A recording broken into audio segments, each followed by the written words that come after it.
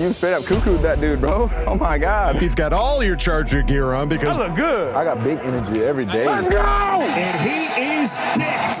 Blind squirrel finds a nut every once in a while. That's right. You have to love what you're seeing on tape if you're a Chargers fan, especially for the future with Justin Herbert. On the move and throws and touchdown. Players, coaches, staff, fans, together we can create something truly special. Stay tuned for some good content.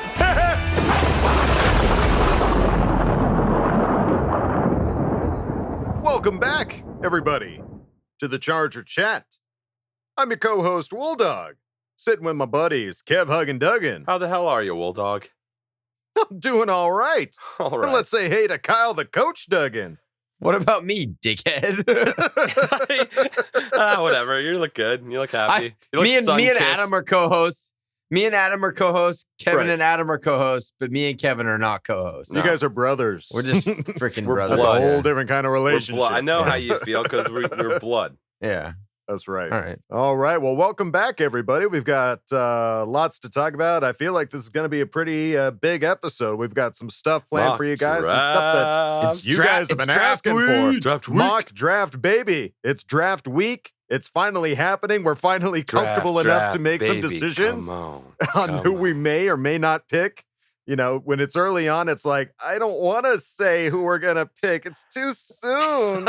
Don't make me.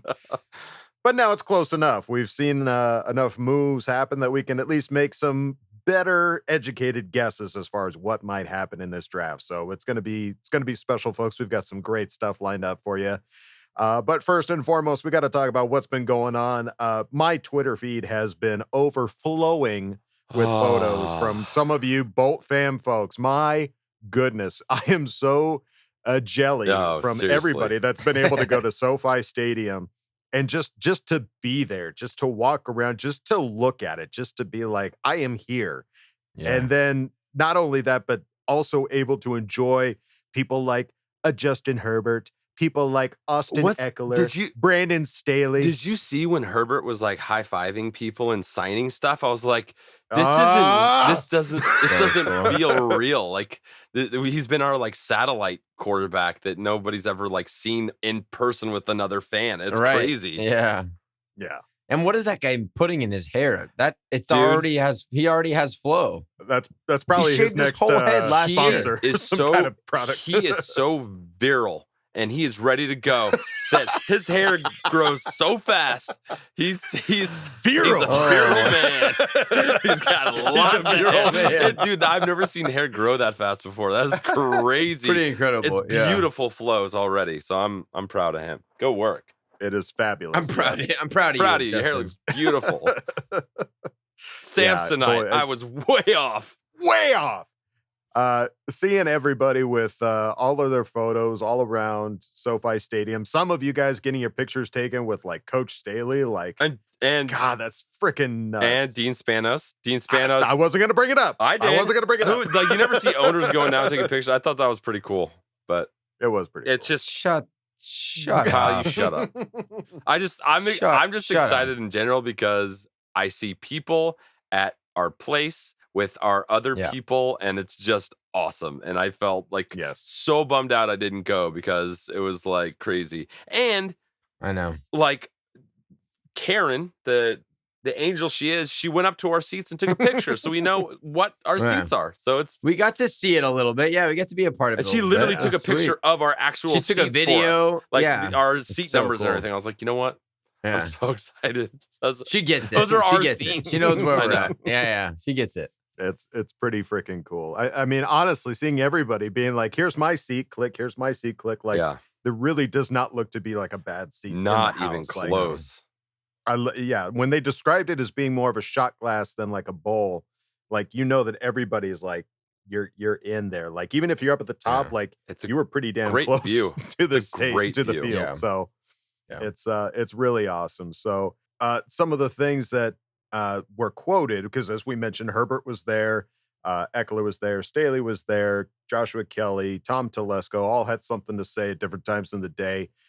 They talked to Herbert, and he mentioned that on last year's season, said it's been a blur. It's gone by so fast. It's been a lot of fun.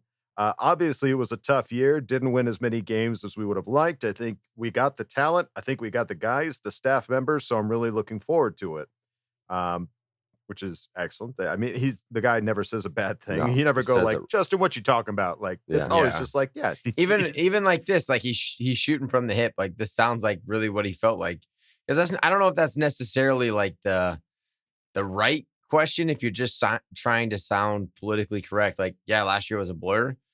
That doesn't come across as like, oh no, I was composed, I was ready. Yeah. Like I played as if I was gonna be the star. It doesn't like it sounds real. Like, oh, for sure. Yeah, I was just learning on the go and figuring it out, and it all went by so fast it was a blur, you know. Yeah. And it's cool. It's just fun to hear like real what they really think. Yeah, big time. And they also had some humbling things to say as far as what he's working on. He said there's a lot to improve on.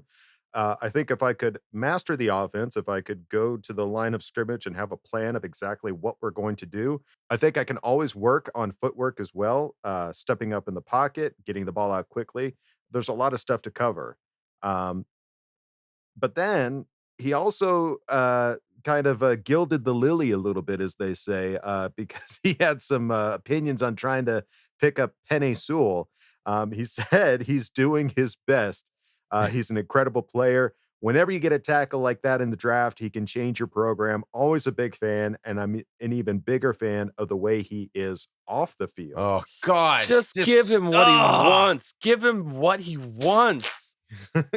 I mean, it's just great that he's actually vocalizing that, like, yeah, dude, I want Penei Sewell. Yeah. Like, I'm doing everything I can to get Penei Sewell. Like, not just like, boy, that sure would be great. Like, gosh darn golly, that would be awesome. Like, I can always dream, can't I? He's like, no, I really want him. Like, he's I'm doing everything I can. I mean, like, I'm only one man. I can only do so much. Yeah. And it's crazy, too. Just on Penei for a second, like, some of his best seasons in college, he was 19 and 20 years old. Yeah, know, dude. Like these kids are still so young, but he's it's crazy monster. Like at that, so he's only room to grow for him. So the one that everyone's kind of got takes on Penei and all that, and it was really funny. Field Yates on Twitter replied to Elon Musk, and Elon Musk said, "Define beauty." And Field Yates said the Chargers trading up to reunite Justin Herbert and Penei Sewell. Like that is beauty defined.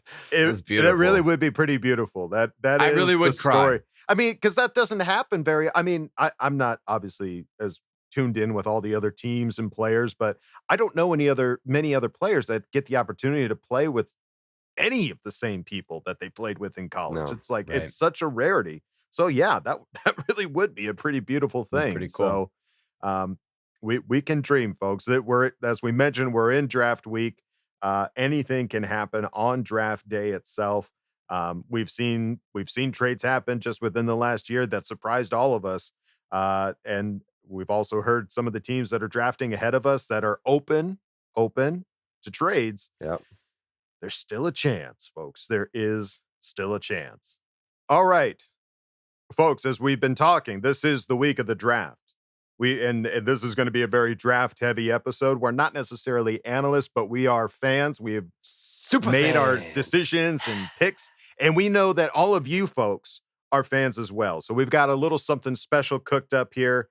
It's a video from all of these names that I've been saying in the Ask Boltfam. I finally get to see. I finally get to put some faces to some of these names, and it's pretty damn special. So let's go to the tape. Just moments from now. Where else would you rather be? Now, before I get started, I'd like to share with you all a limerick that I came up with the other day while I was taking a dump. There once was a young man from Eugene with hidden talents yet to be seen. We picked him at 6, it made Huggins shit bricks, and now that man's Huggins' wet dream. Hey fellas, hope you guys are doing well. Hope you guys are getting stoked for draft season. So I would like to see 3 needs addressed this year. I would like to see offensive line, cornerback, and tight end. Now, who I think the Chargers will select this year, hopefully it's a left tackle. The thing I am most looking forward to in the draft is Craig yelling at Coach when the Chargers select J.C. Horn in the first round. This is Tyler Sofi, Iowa. Radio guys, Jack here from Australia. maybe the second best Australian on the podcast. I mean, Touch of Phallus, mate. Just a fantastic name. I can't really keep up with that. With the 13th overall pick in the 2021 draft, the Los Angeles Chargers select. We either have to trade up to 4 with the Falcons and draft Sewell, or we have to look at options to draft Slater. I think those are the best 2 options at that position. To keep it short and simple, Penei Sewell. I want Penei Sewell. Call me naive, call me emotional, call me too damn optimistic. I'm an emotionally positive Chargers fan. It's what I do. We need someone to protect Justin Herbert's blind side, and I think Rashawn Slater is the perfect fit. I would like Christian Darrisaw, just so we can complete that offensive line. That way we can protect Justin Herbert. And it's going to be a little different than probably most people's, but I would actually go for cornerback Caleb Farley from Virginia Tech. Sorry, offensive line. Sorry, Justin Herbert. I think we're going with the corner. It's just going to happen. For me, it's been one guy and one guy only, Penei Sewell. Christian Darrisaw, offensive tackle, Virginia Tech. Fellas, thanks for all the content. Keep up the good work. Okay, love you, bye. All right, folks, I am pumped up after watching that video, and now it's time for a mock draft, because now it's not just myself hugging and the coach. We've now got a special guest, folks. That's right. It's Craig from Texas. Everybody, Craig, welcome. Welcome to the mock draft, folks.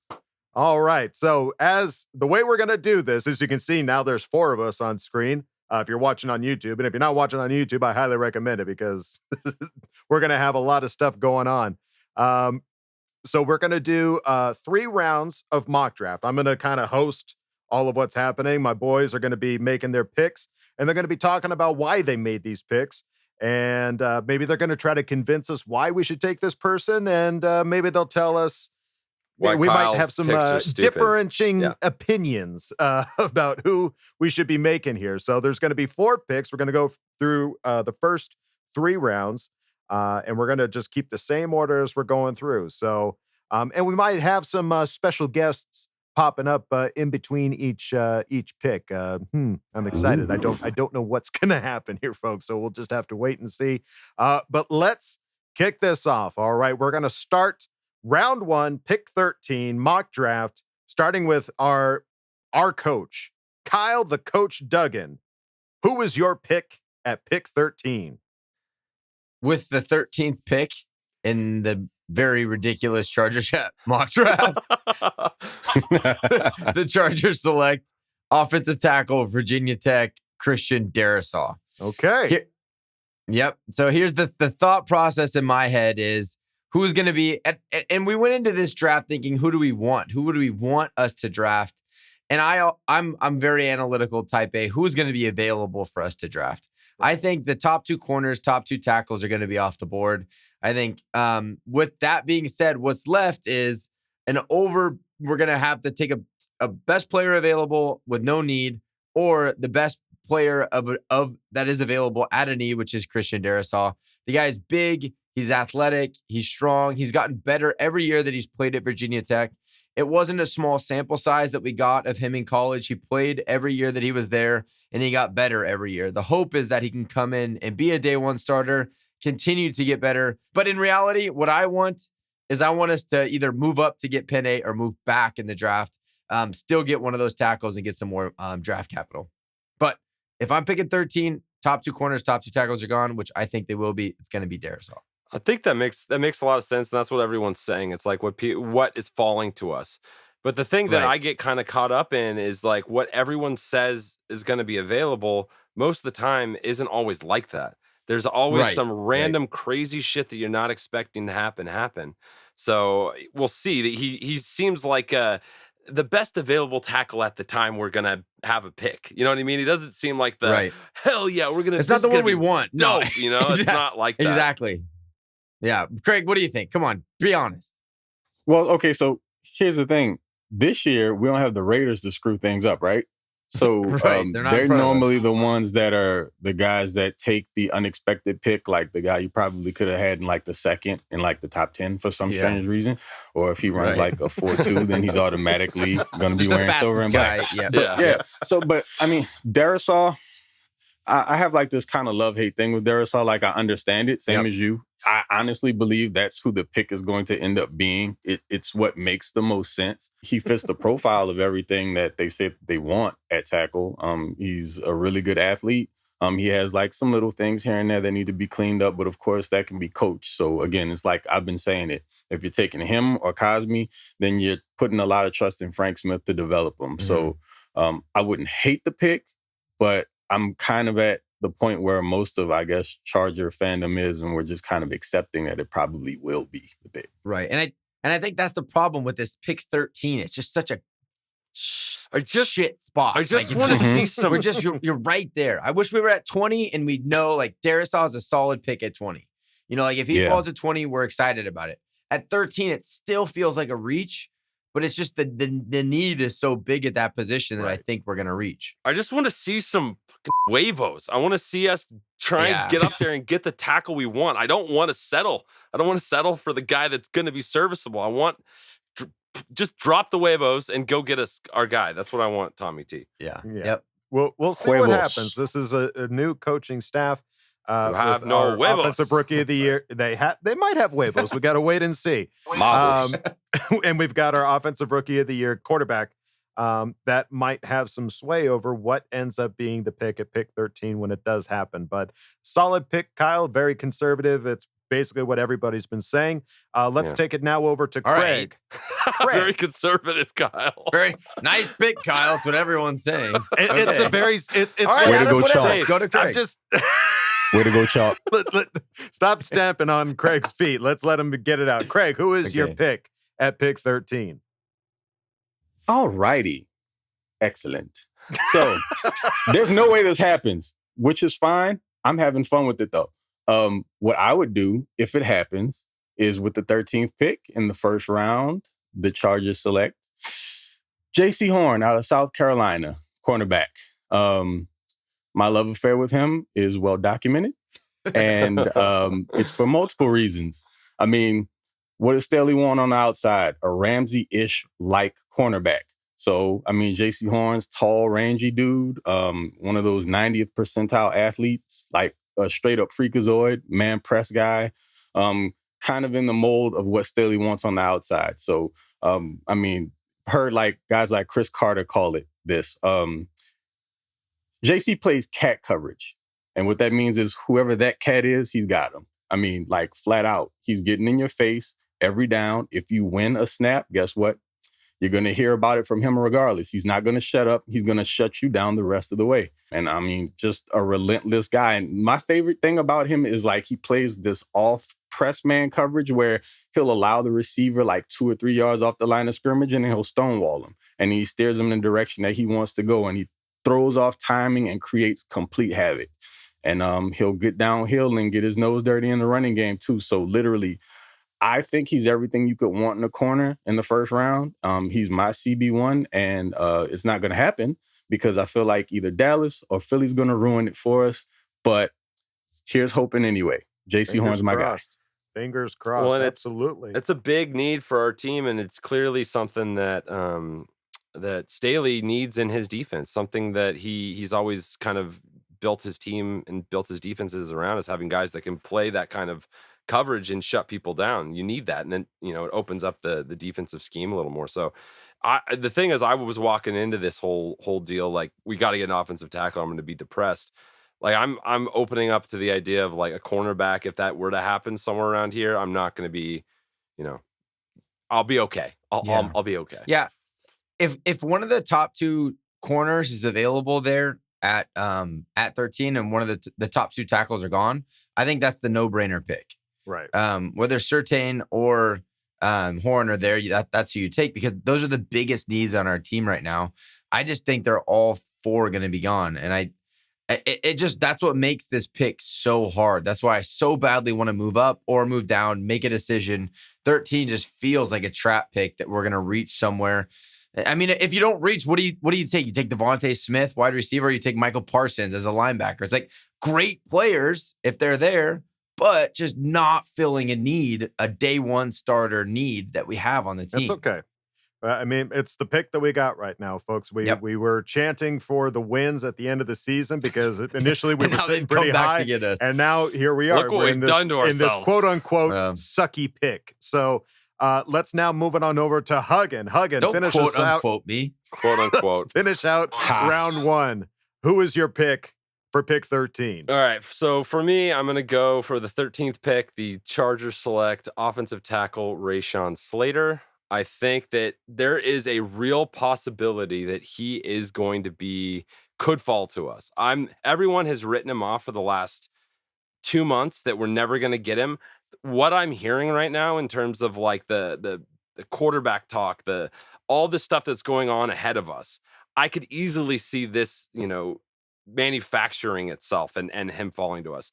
He's, I think, behind Sewell, he's the second best tackle in this draft, and I think he allowed 5 pressures on 5 pressures all season and no sacks in 2019. He didn't play in 2020, which is like a normal thing that Penei Sewell also didn't play in 2020. So we're not getting fresh tape on him, but I think if he's there and we didn't have to trade up for him, he could fall to us, and it could be a huge pickup for us. So I think it's a very realistic possibility Rashawn Slater could fall to us, and that would be my pick in the first round. Yeah, we're playing with house money right now. We're seeing a lot of mocks where some of these guys like Rashawn and Penei getting off the board, J.C. Horn, Surtain off the board. But right now, we're living in Charger Chat land, and we're playing with Charger Chat money. So right now, I think these are the picks that we are going with as far as who we'd like to see in the first round. I think Rashawn Slater is a great pick. There are still mock drafts that I'm seeing where Slater is falling to us, where Sewell is even falling to us. I'm still seeing those mock drafts even this late in the game. Those guys are a little out of their minds, but... I mean, I think they make some good arguments as far as how that can because happen. they argue for your favor. Us. They argue what you want to hear. No, I'm just confirmation saying, bias at its finest. If you go to Chargers social media, they go, here's mock draft 11.0, and here are all these different people picking different things. Like, they're not picking it for me. Like, they're saying, like, this is who could fall in these positions. They're not for Chargers. They're for, like, NFL.com and probably PFF. Pro Football Focus. Yeah, no, who are you God. I know exactly what you're looking at. So, all right. So 3 picks in for round 1. Let's now take it over to our special guest. Their pick. Let's see what they've got. Hey, what's up, everybody? My name is Stephen Haglin. I'm the host of the Guilty as Charged podcast. You can also find my articles on the LAFB network. And I'm happy to be joining with the Chargers Chat Pod to talk about this upcoming draft. Everybody who knows me knows that I've been kind of aboard this offensive tackle or bust train at 13. It might not be my personal choice, but I do think that Christian Darrisaw is going to be the selection for the Chargers. I just think that his physical profile fits what this team is looking for. I think my personal choice would be Tevin Jenkins, the tackle from Oklahoma State. I like him just a tad more than Christian Darrisaw. However, I think the other thing to keep an eye on in this draft is really how Brandon Staley and Tom Telesco fill out this defense. I think if you've been listening to our own podcast, I've been kind of saying for weeks that I think they'll take a safety sooner rather than later in this draft, because this defense that they're going to be running puts so much stress on the safety position. And we know that Derwin James is going to be at the line of scrimmage. And so I think the Chargers defense requires 3 safeties, 3 highly effective at safeties. And so it would not surprise me if they took a safety with the 47th overall pick. You know, UCF, the Richie Grant from UCF, Trayvon Moehrig from TCU if he's there, maybe a Javon Holland, maybe a Jamar Johnson from Indiana, somebody in that kind of mold that can come in, complement Nasir Adderley and Derwin James really well. And so that's kind of my prediction, is that they'll take a safety sooner rather than later. Of course, they need a cornerback because they need an upgrade at cornerback as well. And they also need a complementary edge rusher, be proactive, because Uchenna Nwosu is a free agent after next year. So if you like my thoughts, make sure and give me a follow at Stephen I. Haglin on Twitter. Make sure and follow Guilty as Charged podcast at GSA Podcast 17 and subscribe to our YouTube channel as well. Thanks so much for doing this, gents. And again, congrats on signing with FanSided. That is huge. Super happy for you guys. All right. Thanks. Bye. All right. Well, thank you, Steven, over at Guilty as Charged. That's awesome. We love bringing all the other podcasts together. We are Bolt fam after all. So great to have you guys show up. Great pick, by the way. We'll see what happens. It is going to all go down on Thursday, but let's now move on over into round 2, aka pick 47. Let's see who us over here at Charger Chat have selected. We will start it off with Kyle the coach. Who do you have for pick 47? With pick 47 in the draft, I have the Chargers taking Asante Samuel Jr. After having addressed the tackle need in the first round, I think we go after the defensive back help that we desperately need in the second. Do I see Asante Samuel filling in at that outside corner position? Not necessarily, but I think he's a great pickup to be a guy that could spot Chris Harris. Chris Harris can play the outside. We know he can. He's done it in the past. Might not necessarily be what he's done in the end of his career, but he's on the last year. He only has a short-term deal with us. I think Asante Samuel could be that nickel of the future, can do a lot, is extremely, extremely effective in man coverage, and he's a playmaker. He gets to the ball. One of the things in our one of the most recent press conferences that our coach looks for in defensive backs is ball skills. How do you go up and make plays? Are you electric in being able to take the ball back? And I think he can do all of those things. He's also another 4-year guy that started as a true freshman at a big ACC program and got it done. I think it would be a huge pickup in the second round for our defensive backs. I think it's interesting with him. Like, I was going through a lot of his highlights and looking at some of his stuff. Like, he plays violently. Like, he is putting for a guy that isn't the biggest of all the cornerbacks available. He's violent. He's suplexing guys. He wants to mess people up. So I get having him on doesn't fit that, the underwear Olympic measurables of like he needs a couple more inches to really be what we want. He plays violently, and I like to see that. He's measuring in at 5'10", 180. He's not gonna impress you when he walks off the bus. But he gets after it. And those are the kinds that make electric plays that bring the whole defense to another, get everyone excited, get everyone playing harder. Because those are the guys you want on your team. Everyone's going to have chances to make plays. What are they doing when they're not making plays? Are they hustling to the ball? And this guy did all of those things that you can't put into a statistic. Coach, I love him. It was another one of those guys that I love. Yeah. I think he can play on the outside. And the reason being is because in Staley's defense last year, with the Rams, can't remember the corner's name, is slipping my mind, but that cat was actually 5'9", and he was on the outside locking stuff up also. So I mean, he was able to do it. So I don't know if it was just like a Staley thing, and he got the most out of him. Yeah. And we're talking about like I think he was like a 3rd round guy or later or something like that. So Staley got the most out of a 5'9" dude who was kind of locking down everything on his side of the field also. So it's encouraging, and I look at it this way. I mean, Junior is actually bigger than his dad is, and his dad, was playing on the outside, but he was more of a zone guy, where Junior is more of a man guy. So I actually do like his ability to play on the outside. I mean, he proved it in college. The NFL is a different game, but I guess I've just seen too much to think that he can't do it. And I mean, if Staley can get the most out of somebody that's an inch shorter, then I think he can pull it out of this guy too. Right, absolutely. See, told you guys. Great pick. Fantastic pick. Great job. You brought it home in the second. Let's move on over now. Brilliant. I told you. Let's move on over to our special guest, Craig. Craig, who do you have the Chargers taken at pick 47? So with the 47th pick in the second round, I have the Chargers selecting Dylan Radoons out of North Dakota State. So this is my tackle guy if they do go corner in the first round. And kind of all depends on when the run on tackle starts. He could end up very well at the back end of the first. Just kind of depends on when that happens. But I think there's a chance he ends up at 47. And we're talking about a really versatile guy who'd be good in a zone scheme. I mean, he looks like a big tight end. He's really like lean, but he has like the frame to put on more mass. And even though he played at a smaller school, he did more than prove himself at the Senior Bowl against like upper level competition. So that kind of, solidified it for me. And we're talking like a nasty, nasty run blocker. This guy finishes. I mean, he's looking to take your lunch money And, he might smack your mom if her red beans aren't good. Now. So what did my mom do to Dylan, man? I actually like him a bunch. And again, I think he can be a day one guy. So outside of, having the criticism of him not playing at a bigger school, I think he's more than proved that he'd be able to hold up his end of the bargain and, as a starting left tackle in the league.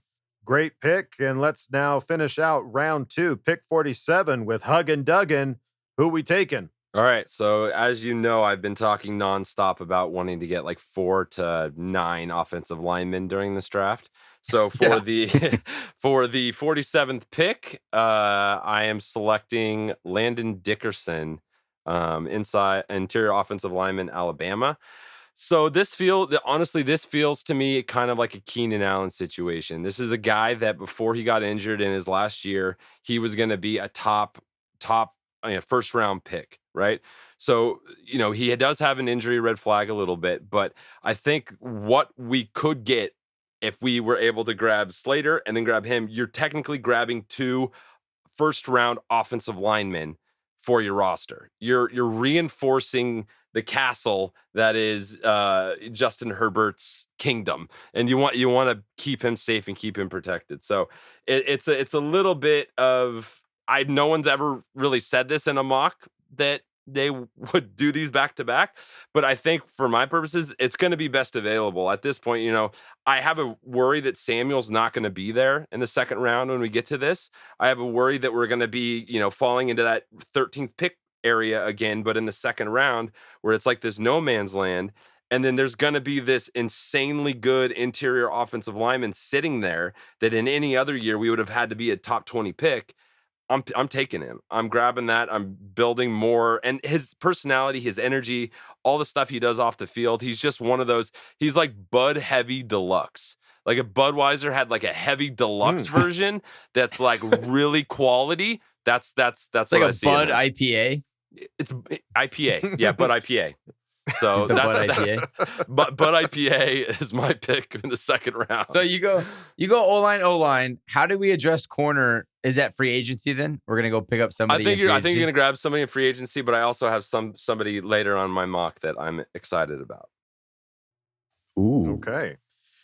Well, very good. All right. So 2 rounds in the books, folks. For those keeping score at home, let's move it on over to another special guest video. Let's see who we've got. What's up, guys? This is David Drogemeyer from the Locked On Chargers podcast, and I'm excited for draft time. I know everyone else is. I've been watching hours and hours of film trying to break down these guys to get the best kind of insight for you guys on the podcast. But as far as what I am looking forward to most about this draft is I want to know what the focus is going to be. I want to know who they're going to take in their first round. I want to know, what their priorities are. I want to know what Brandon Staley's impact is going to be on this draft. I want to know what his fingerprints are. There's going to be plenty of opportunities to overhaul a defense that was already pretty good, that's got some good contributors, but I know Brandon Staley is definitely chomping at the bit to get some guys that he can mold and that he can kind of build in his image on that defensive side. But as far as who I would pick at 13th overall, I'm going with Rashawn Slater, the left tackle from Northwestern. I think he's a home run pick. I know there's some concerns about arm length, but I don't have them. I think he's an excellent left tackle, and he will be very good at the next level. All right. Thank you, David, over at Locked On Chargers. Again, always good to have special guests. Yeah, it's a solid pick, man.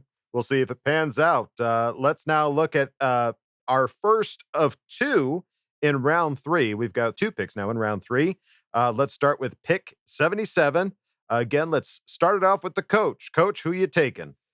Yeah, so this may actually come as a little bit of a surprise to everyone because of my bold prediction on the Tommy T name correlation.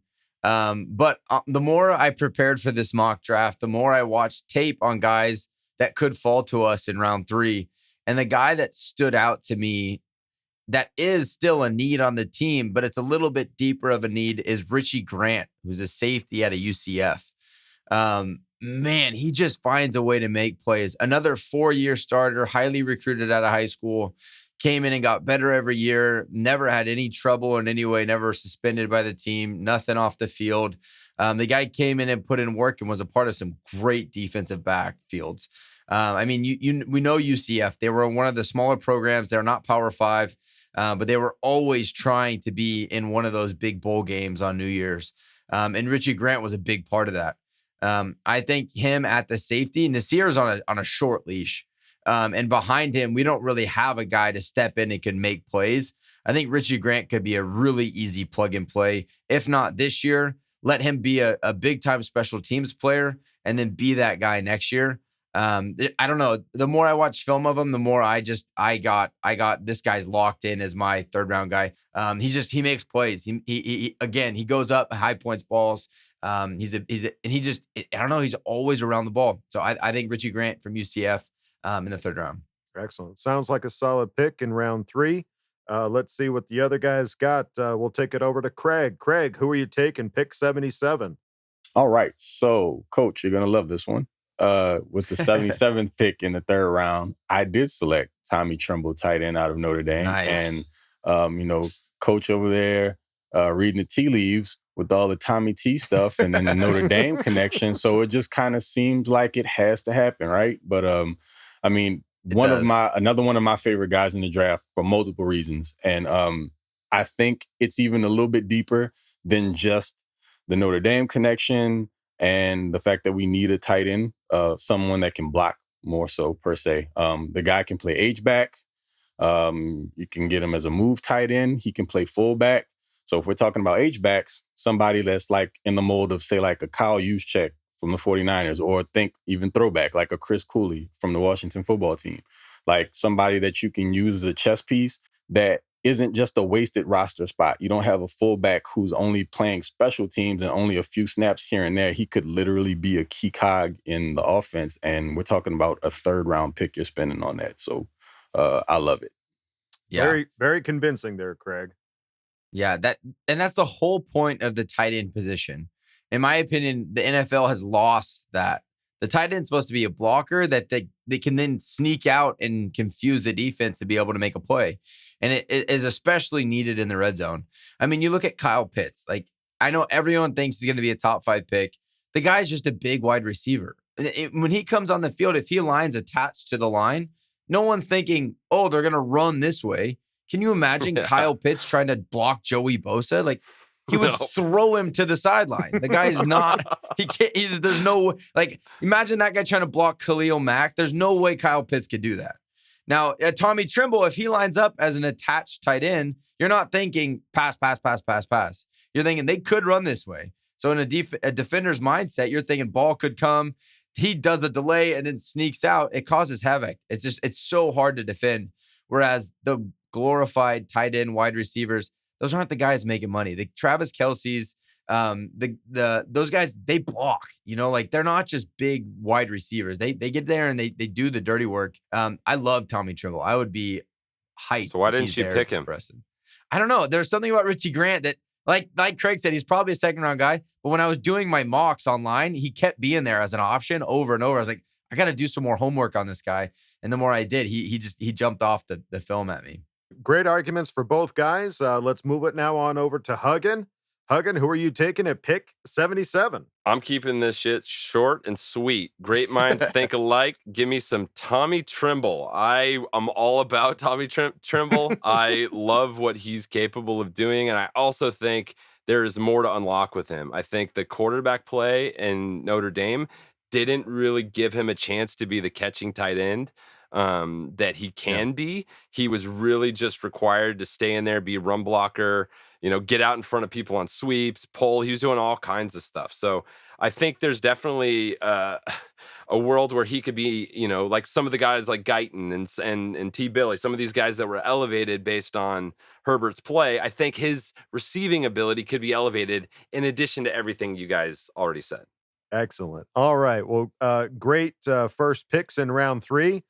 Before we get to our last pick here in round 3, let's take it over to another special guest. Hi, I'm Elliot Bermudez of the Charged Up Bolts podcast. I am so excited for this year's NFL draft, I can't tell you. 13th pick, great spot to see, does Telesco trade up, trade down, stay put? How many quarterbacks are going to go in the top 10? Who's going to go where? It's absolutely fantastic. Lots of Chargers social media seems to think the Chargers are taking a left tackle at 13. I don't think it's true. It's not happening. Justin Herbert was the greatest rookie of all time behind one of the worst O-lines in recent Chargers history. I think we've already invested in the top center on the market, some great guards. We don't need a first-round left tackle for Justin Herbert to be even better. Staley was brought in to make our defense a playoff caliber one, and I think he needs a cornerback to replace Casey Hayward. We can't go in with Michael Davis as cornerback 1. I think at 13, we're going to take J.C. Horn out of South Carolina.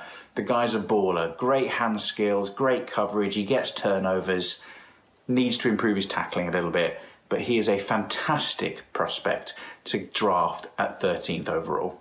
All right, Elliot, thank you for showing up over from the across the pond, as you will, from Charged Up Bolts. Great podcast with a great insight from a different culture. I was just mentioning this. He sounds like he knows what he's talking about more because of his accent. I just believe him more, and I feel like I need to rethink. Even if he's saying that Justin Herbert doesn't need a tackle. Yes, still, like I'm almost like I'm kind of like maybe he has a point. I'm kind of leaning into it a little bit, but then I'm like, wait, no, that's crazy. We need a tackle. Yeah.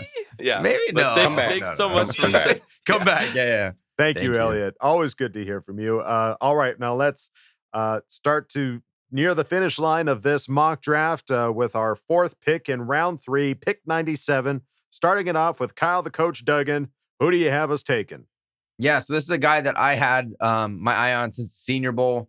It's a guy that I talked about in a previous episode.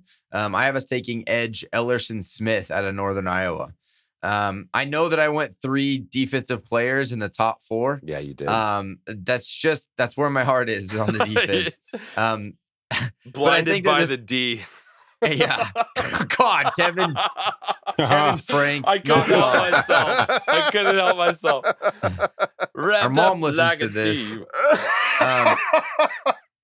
But anyway, so Ellison Smith, yeah, he's a guy that's gotten better every year. He's playing at also a smaller school, Northern Iowa. Adam, walk it up, dude. Sorry. Also played at a smaller school, Northern Iowa. Sorry. Keep going. Sorry, Kyle, continue. We're listening. We are listening. I'm literally trying to continue, and you 2 morons just keep giggling and talking. I've tried to continue through all of this, and I can't. Go ahead. So, we'll be quiet. Okay, so Ellison, he's gained about 60 pounds since he started in college. So he's put in the work. He's gotten bigger. He's gotten stronger. He proved at the Senior Bowl that he can play with top-level guys. Again, another guy that FCS, they didn't play this year. So like a lot of these guys that are in the Division I used to be AA, they don't have tape of this year. So they got a little bit behind track there. But I think he showed up in the Senior Bowl in such a way that I couldn't forget his name. I remember being like, who was that guy from Northern Iowa that just was around the ball the whole time? And it was Ellison Smith. So I think he could be a guy that you plug in this 3-4 defensive end that could be an immediate game changer for us. All right, Ellison Smith for the coach. Let's look on over to Craig. Craig, who are you taking? Pick 97. Sorry to be so redundant, but also my pick was Ellison Smith, which is why my reply was so short, because I didn't want to, just kind of go into my explanation.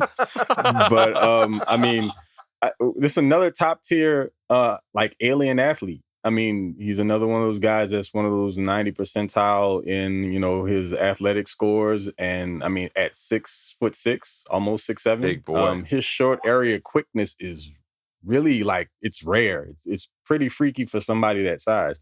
And like Coach said, he grew into his body and he's still got room to grow. It's kind of weird. He's already 6'6", 6'7". And I mean, was it Coach a little over 250? So yeah. So we're talking about a mammoth of a guy who still hasn't put on his man weight yet. So, I mean, somebody coming off the edge at that size with that, ability, short area quickness and agility is going to be pretty scary to develop behind you. And that's what I want anyway. I want not a guy that's going to come in and steal snaps from Chenna, because I think it's his opportunity to show what he can do, but somebody that fits the mold of what Staley wants in an edge. And that's a tall, longer edge guy that can be deployed in coverage situations too, so you can drop him back. And, he can kind of work on his pass rushing chops and everything else in a rotational role behind Chenna. So opposite Bosa in a couple years, that's a scary proposition. Somebody of that size and natural athletic ability, kind of having that all honed in and cultivated. And then, you throw him out there in that defense and it could be scary in a couple years. He reminds me a little bit of that like Leonard Floyd body type. Yep. Long, strong, quick off the edge that had so much success last year with Coach. So yeah, I think it could be cool. Like it's going to be most of the guys in the 3rd, 4th, 5th round. You're going to have to wait to see. They're not going to be day one guys, but I think he's got the tools that you could build on. All right. 2 back-to-back picks of Ellison Smith. Kevin, Hug, and Duggan, take us out. Pick 97. Who do you got? All right. Well, I love the O, and now I'm going to move over to the D, and I'm going to go with for the 97th pick, I'm going to go with cornerback Trill Williams out of Syracuse.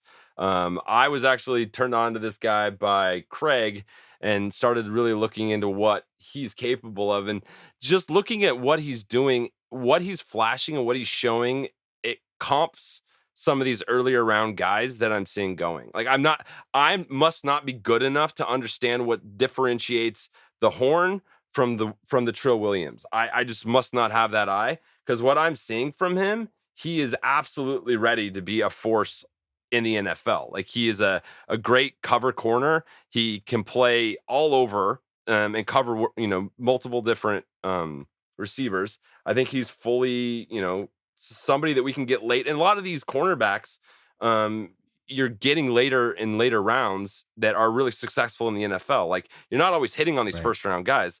Like this could be a guy that could really show up, get through training camp, have an amazing rookie training camp, and be a starter. Like I could easily see that happening. So Trill Williams is my Trilliums is my pick. Yeah. Trill's awesome, man. What I like about him is the fact that he has the body type that could be used as a safety. So you could literally, and again, his versatility. And one thing this team needs almost every year, because fingers crossed it doesn't happen, there's always a rash of injuries in key areas. And so the more guys you have that can do more at a high level, the better off you are. And I think, honestly, Trill's profile fits better as a safety, and then maybe like as a slot safety guy also that can play on the outside if you need him to. I love that. And just get him in the building and just kind of move him around. Use him as an eraser on tight ends. Like you've got Derwin on one side, you got another 6'2+ guy on the opposite side that can man up on some of these guys like good old Hunter Henry, who skated off to New England. And his buddy over there that he's playing alongside on the opposite side. So when you run across those guys that run those 2 tight end sets, you got 2 erasers that can make you have to switch your game plan up quite a bit. Absolutely. I concur. It's a whole new ball game out there. And thankfully, we've got a coach now that seems to be on the cutting edge of where this game is headed and how to shut down some of those types of offenses that you were talking about there. So, all right. Excellent. Well, there you go, folks. You've been asking for a mock draft. I'm a little disappointed I didn't see Quinn Miners' name come up, but that's okay. This is everybody. Everybody has their own opinion. There's no wrong answer when it comes to a mock draft. It just is what it is. So thank you to everybody, all of you fans that came in to send us little quick videos, all of you from other podcasts. We can't thank you enough. This is always the Shamelessly Positive podcast, and we love having all of Bolt Fam a part of it. Big shout out to Craig for coming in and stepping in, Craig. being basically the fifth Beatle, if you will, of the Charger Chat podcast. We love having you here, man. You've always got some great insight, and you bring the smooth everywhere you go. So thank you for being with us. No, good guys. Anytime, man. I love working with you guys, talking to you guys every week, and just talking about the team that I love, man. So whenever, wherever. All right, man. We can't wait to go to a game with you, Craig. It's just going to be a hoot and a holler. All right, so there you go, folks. That's the end of our mock draft. Let's now move it on over to our Bolt Insight. Here we go. All right, guys, we're here with the new Bolt Insight, and we are very lucky today to have Jesse from Chargers Hype. What's going on, man? Thanks for coming on. What's going on, boss? It's been a long time coming. I'm glad to be on here, dude. I'm psyched about your podcast, how it's grown over the years, and I'm a San Diego fan by heart, but I want to be more transparent, connect with podcasts, and let's see what happens. We appreciate it, man. We really appreciate your time. And I'm excited because we've been following you on social media for a while. At least before even the podcast, I was watching some of your stuff. And Chargers Hype has done some amazing hype videos, a lot of really cool graphic work. You do some awesome stuff. So tell us a little bit about Chargers Hype and how that got rolling and what that was all about. Yeah. So like the off season for 2016, it was kind of like I was hearing rumors and whispers about them moving to LA, the whole votes and whatnot. So I thought, how about let's just create some content, hype up some people, kind of like a distraction, kind of like have fun with your team. So I think we've only had like a few winning seasons as I've had it since 2016. So it's been a little interesting since then. But, it's the interactions with the fan, some of the staff, team reporters, the players. I mean, there's a lot, but pretty much their reactions, their emotions, how they engage with it, it's all worth it. I mean, I do it for free. I do it for fun. And honestly, it's kind of paved the way for me to actually further my professional career as a film editor and whatnot. So yeah, that's just like a tail end of Chargers Hype. So that's awesome, man. Well, it's so cool that like your team and your hobby kind of transformed and started getting you some work as your profession as a film editor. So that's pretty dope. Yeah. It went from like a hobby to, I can actually, edit for, I got hired for the San Francisco Giants. I got hired for, a Scissor Roll production house. It's just like they've seen my work. They love it. They're like, they get a little like, ooh, like you got reposted by a player. Cool. Yeah. Yeah.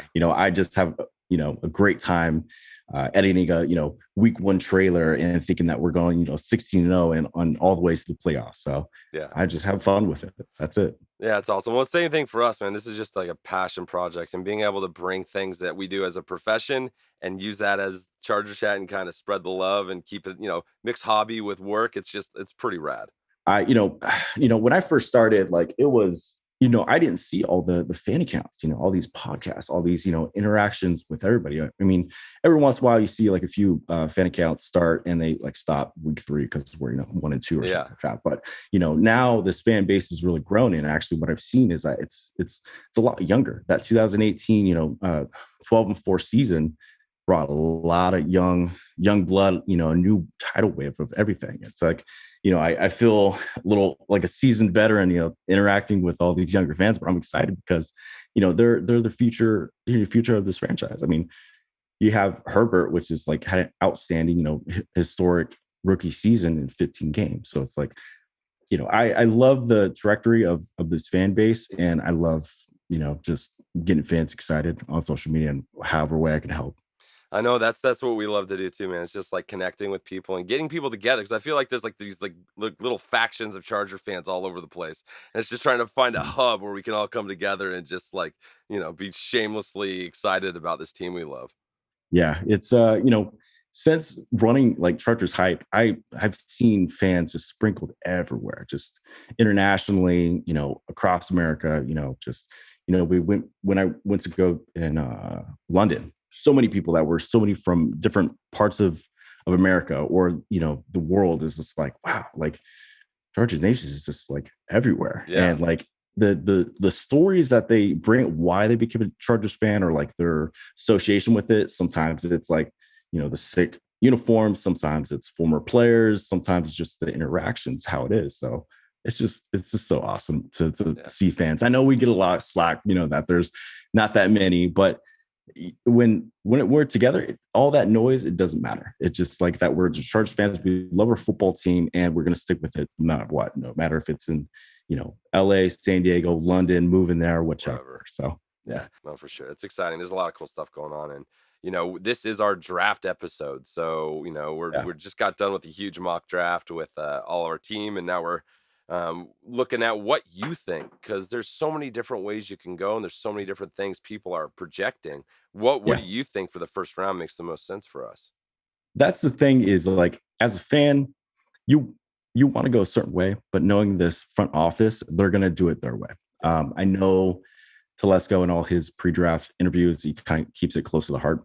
But it's the Chargers have the most draft picks with 9 since 2004 when they had 11. So I mean, you definitely have to protect your franchise quarterback. It should be the priority. But Telesco has not really proven that he can build a solid offensive line for many years. Yeah. That's even with drafting, signing, or even free agents. I will say, he's made more of an effort to get some offensive line this free agency. So I mean, I'm giving him the benefit of the doubt. So, but it's Telesco also. I mean, he has to replace players in the thinning secondary. Is Derwin going to be healthy? Is Michael Davis going to be a top cornerback? Is he going to keep up with Cheetah? Do you trade up for Sewell or our defense? You select a cornerback in first round. It's just like, or you select the best available because you have a stud quarterback. I mean, there's so many different things that you can do in this draft. But for me, I think honestly, the most realistic thing that we're probably going to go is Slater. With Herbert's like former left tackle, he's going to be gone by that time. So I think the most realistic is Slater Northwestern. I would love that. I there's a part of me that would love to see just some big balls and move up and get Penei Sewell. Like there's an element where I want Penei to get back with his college quarterback, and I want them to kick ass for full rookie contract worth of time. So, but exciting. No, it's exciting. I mean, there's an article that Herbert was trying to actively recruit his front office to recruit his former left tackle. So I mean, from Oregon. So it's just it's going to be a bunch of smoke season, but we actually don't know what's going to happen. I mean, never know with Tommy T, the ninja. Never know. We're gonna draft a wide receiver at 7th overall, or we're gonna I know. Who knows? Who knows? But that's the great part of not knowing. I mean, it's just you're excited, you're whatever. It's so even people were so shell shocked. I mean, their draft crush was Simmons last year, and a lot of people, some were not very very happy about drafting Herbert. Obviously, unfortunately, he is probably the greatest thing that's happened to his franchise in a long time. Long time. And I'm excited that he's future franchise, and somehow, some way, the football gods aligned, and some accidents happens, and he just had this historic rookie season. So it's we don't know what we don't know, and that's the exciting part. Absolutely. So all right, Jesse, thank you so much for coming on, man. We're pumped to have you, and we're really excited to see what you come up with, all your hype videos, all your stuff this season. It's something to look forward to for sure. And if you guys haven't, go subscribe and check out all of his stuff. Just pause the episode and go do it right now. Appreciate that. No, I wish your podcast nothing but growth and prosperity. I'm rooting for you. I mean, I retweet everything you guys do. So, good on you. Keep it. I know it's, a passion project. You guys are, hilarious. And, it brightens the day. You guys know the struggle. You know how it is to be a Chargers fan. And, you're with us in the highs and with us in the lows. No matter what, we're always going to be a fan. So appreciate your time, and definitely love being on here. And let's link up. After in the future, in the season, my number. Definitely reach out for me. So dude, I'm coming to your house for tailgates. I hope you're going to get a knock on the door. Me and my brother and Bulldog are going to be there for fucking pre-party. I can't wait to have watch parties and whatnot. I mean, or pre-game here and drive an Uber to Sofi. So there you go. Mi casa, tu casa, anytime, man, anytime. All right, brother. Thank you so much. Appreciate it. Well, gosh dang, Jesse. Thank you, buddy. man. Thank you. I mean, we do try to keep it shamelessly positive here. We do know what it's like to be a Chargers fan, and to be associated with somebody that puts out just some great content on Twitter, folks. If you're not following Chargers Hype on Twitter, you are missing out on some fabulous content for reals. It is just it will hype you up. It will get you to the level that we are on excitement for this upcoming season. Pun intended. Pun absolutely intended. So great having you, Jesse. Thank you. And yeah, man, I can't wait for any of these. We'll be knocking on your door. Get ready. Socials prior to the game, man. It's going to be, oh man, it's just going to be a blast. And now it's time to look over to Coach's Corner. Great moments are born from great opportunity. All comes down to today. You take this helmet and you put it right in his numbers, okay? I want to see nothing but snot bubbles in his nose. A lot of people want to blame coaches for a lot of things. Nobody puts coaches Trade up, in his and corner. we shut them down because we can't. Because I believed in you. And I wish I could say something that was classy and inspirational, but that just wouldn't be our style. Let's do it. And again, this week we reached into the bag of Boltfam questions and we pulled out a Noah Littman. Noah Littman, congratulations. You are the question for this week in regards to Coach's Corner. So Noah Littman, you've got a question and it goes a little something like this. This is a question for Coach. I'm 18 and never played football, but over the last 5 years have come to love football, especially Chargers. I understand the general points of football and have picked up what I could from watching. What's some things to learn when taking a deeper dive into football, and how can I learn more about the X's and O's? What an awesome question. Great question. And it is a difficult answer because everything that I've learned from football has been through relationships. It's not easy to go out and learn the X's and O's of football. You in essence, you need to have someone in your life speak it into you or pass along the information. For me, it was my dad, and then it translated into coaches from playing, and then coaches that I coached with. And it honestly, it was just being immersed in football, and a lot of it comes from just time. The more you are a fan, being 18 and however long you've watched football, the longer you watch it, the more you'll pick up on little things that become repetitive, or you see something off. And there's a couple of things that I will say to give some pointers. One is try to find someone that knows what they're talking about to watch football games with.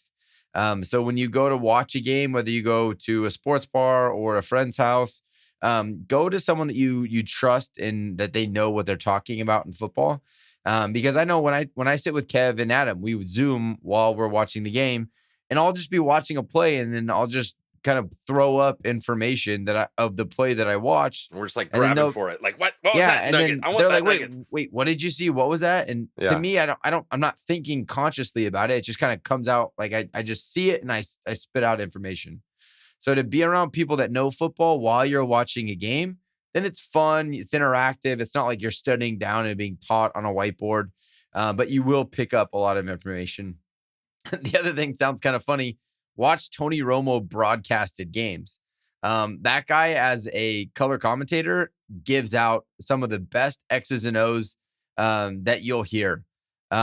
Because one of my next points is be careful what information you go looking for. Now, anytime anyone wants to learn something, they go to YouTube. There's so much that I've seen on YouTube that is just not true. Like, they have no idea what they're talking about. They're trying to break down film or talk about prospects or look at X's and O's, and they are just throwing out words that they've heard on SportsCenter, and they have no idea what they're talking about. So be careful where you get your information from. But watching football games with color commentators that know what they're talking about, ex-NFL guys, you just sit there and watch, and it doesn't have to be something you spend a lot of time studying, but just be careful of who you're listening to and choosing to understand from, because it is something that is you have to put time into. It's not something that I could say, hey, here's this book or here's this video, go watch it and you'll know everything. It just takes time. The longer you're around football, the more you watch it, the more you pursue it, the more you like it, the more you surround yourself with people that like it, the more you'll learn. Because there's stuff from people that haven't watched football as much as me. They come in with a totally different perspective and see something that I didn't. And I think that's one of the best parts about football. And what we want to do here on the Charger Chat podcast is create community. And if during the game, if something pops up or you see something, you're like, why were they doing that? Reach out to us on Twitter. And last year I answered a bunch of stuff at halftime of what people were asking of what adjustments do we make, or why did they do this, or why did they do that? So I'm happy to be your wingman that person that will help you, just hit us up on Twitter, because that's really what it is. It's just putting time in. The longer you watch it, the more you'll learn, the more X's and O's. But yeah, find a community of people around that know what they're talking about. Yeah, Noah, man, I connect with you, dude. Like, I never played football in high school, and it's one of those things. Like, I don't necessarily regret it, but given how much I love watching the Chargers now, I wish that I had just that little kernel of knowledge that I could at least speak on a level that it would be that I could have a conversation with the coach and talk about, specific positions or specific techniques. I just don't have that anymore. I'm just more a fan of the Chargers than anything else. So being 18, I think that's a great time still to pick up on the game and learn something and actually have it stick, as opposed to being the 37-old man with fucking white in my beard now. Yeah. Like, and I'll tell you, Noah, there's a lot of 18-year-olds that played football in high school that still don't know shit. Yeah. They were told where to go, and they went there, and they still don't know the X's and O's of football. I played Pop Warner. I played all the way through high school, and I played offensive line. I remember the step drills we did on preparing. Like, I remember the redundant. You remember things, gap on over? Yeah, I remember all that stuff. But the other stuff, I'm still learning. Like, I have a good knowledge enough to argue with my brother, but I don't have enough to like compete with him intellectually. So I'm still learning. So we're doing this together. Yeah. You're not behind by any means. So just keep investing in it. The more you watch, the more you'll learn. Absolutely. Amen. Great words of wisdom there, Noah. Thank you for asking the question. Oh, and shamelessly keep listening to the Charger Chat podcast. Yeah. We'll keep spitting this. Don't listen to Adam and I. You can listen to Coach. Listen to Coach. If you want dick jokes, come to me and hug him. But if you want actual information, listen to the coach, man. Give him your full and undivided attention. The Craig experience, 100%. Excellent. Thank you, Noah, for piping up. Thanks, Noah. Let's move it on over to Fan Focus. All right, guys, we are here with another Fan Focus, and we are super excited to have Austin from Utah. Thank you so much for coming on, Austin. Yeah, no problem, man. I'm excited. Awesome, brother. Well, cool. Yeah. So, all right. Well, you're in Utah. How did you become a Charger fan?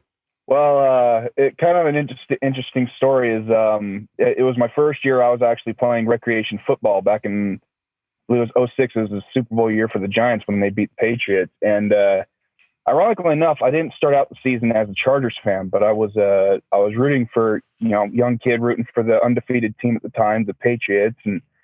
But then when I was watching the playoffs against the Chargers, and I'm sitting there watching, I'm just like, something about watching number 21 just beating the snot out of the Patriots. I'm like, I like this guy. I'm gonna start watching him more. And then from that point on, I just was a huge LaDainian Tomlinson fan and a major Chargers fan from there. And, and there's definitely been some highs and lows, but man, I enjoy watching them play football. It's just, it's electrifying, pardon the pun, but great pun intended. I love it. That's awesome. And it's so interesting. Like, LaDainian Tomlinson was such like a gateway for fans to come in and that's where most people outside of California, they weren't like born into the Chargers. That's what brought them on. So that's really cool that he did that for you. Oh yeah. And I'm in the middle of Bronco and Raider country here. I mean, occasionally like a San Francisco 49er fan, but yeah, it's Bronco and Raider country here, and I'm just like, why? Like, I don't get it. I don't like them at all. Yeah, it's tough being a hostile territory, dude. I feel you, dude. I'm middle of near Kansas City, so I've been there. I know what it's like. Especially like the weird one for me is like grocery store. You're like going down a grocery store and you get like a grandma look at you wearing your gear, and they're like, they want to fight. I'm like, Grandma, calm down. I'm not here to get any rough stuff, dude. Calm down. Yeah, I got a bunch of coworkers and stuff that are Bronco and Raider fans and that, and they're always just wanting to. Their number one thing whenever I bring up statistics and be like, oh yeah, we just beat the snot out of you guys like 20-0 when it came to this. Oh yeah, well you don't have a Super Bowl. Super Bowl defense. That's really the only. Yeah, I'm like, that's literally the only thing you have on us. Like, we've beaten you in almost everything else. Yeah, that's fine. Absolute fact. I hate the Super Bowl defense. It's such a lazy defense. Like, okay, sure, but when we do, we'll still have the facts and we won't lean on our Super Bowl win. So, yeah, exactly. Like, way better teams, way more exciting than to me. But yeah, for sure. Well, speaking of hopefully getting to a Super Bowl one day, draft. Oh my God, we're like a couple days away. It's exciting. So before we get into who you want, like, what's your draft day like? Like, what do you like to do? Do you really get into it and watch all 3 days? Or are you like a first day kind of guy and then you kind of pick up the rest of the details on the internet? I ironically enough, this time around, I'm going to be doing some training for work, but I'm going to normally I am watching it like a hawk on my phone. I'm constantly just watching it. And then whenever I can, I get home and I watch the rest of it, usually because Chargers, depending on the streak we're on, go on streaks of winning seasons. So I'll watch it at the later part of the day, but I'm always staying in tune day 1, 2, 3, the whole time. And even into the undrafted, like I am constantly glued to my phone looking for any information on who it is. And then when I find out who it is, it's like, oh man, I got to research this guy. I know. That's the fun part is the research and the undrafted free agents. That's like a really fun one when they drop that giant list and you're like, all right, cool. One of these guys is going to be like a Pro Bowler because that's how the Chargers do it, apparently. Oh yeah. And that's the thing that always amazes me is Tommy T is so good in the first, second, and third round. And then from there, like, I'm kind of looking like, how come you can't like get guys like you do with undrafted? Like you can get undrafted like it's nobody's business. It's like easy. And they turn into Pro Bowlers, but you can't get a 4th, 5th, or 6th, or even 7th rounder to become a Pro Bowler unless it's like Desmond King. But yeah, well, let's hope that changes. It really does. So great segue. Let's go into round 1. That's coming up Thursday. Who do you want to be on the minds of our GM when he's going to pick our player? I kind of was thinking the whole week, the whole couple weeks, and I was thinking, there's 2 scenarios that I can see and I would like to see happen. The one, I mean, obviously we all want it. We want to trade up and get Penei Sewell. Like we want to get him. Yeah. He would shore up that left tackle position for years. And I've coached linemen. I've been a lineman. And so I look at him and I'm like, man, this guy is legit. He would be perfect. He's already got a rapport with Herbert. But the only downfall with that is that we lose some draft capital. But I think it pays off. But the other one would be just sticking where we are. And depending on which tackle is there, I could see Elijah Vera-Tucker. I could see possibly Slater being there, but my bet would be either on Darisaw or a Vera-Tucker, or even possibly a Tevin Jenkins, depending on who they find number 1 between those 3. Sure. So, yeah. So offensive tackle, I think you know that resonates with everyone out there. They just want to protect our boy because we finally have the heir apparent to Phillip Rivers, and we got to keep him safe, man. Got to keep him off the dirt.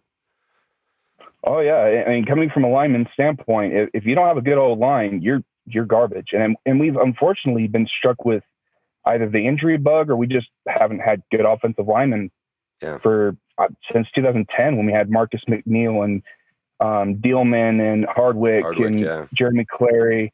I mean, all those guys. I mean, Clary wasn't the greatest, but I mean, at least he was solid. Yeah, and Dealman was a beast. Yeah.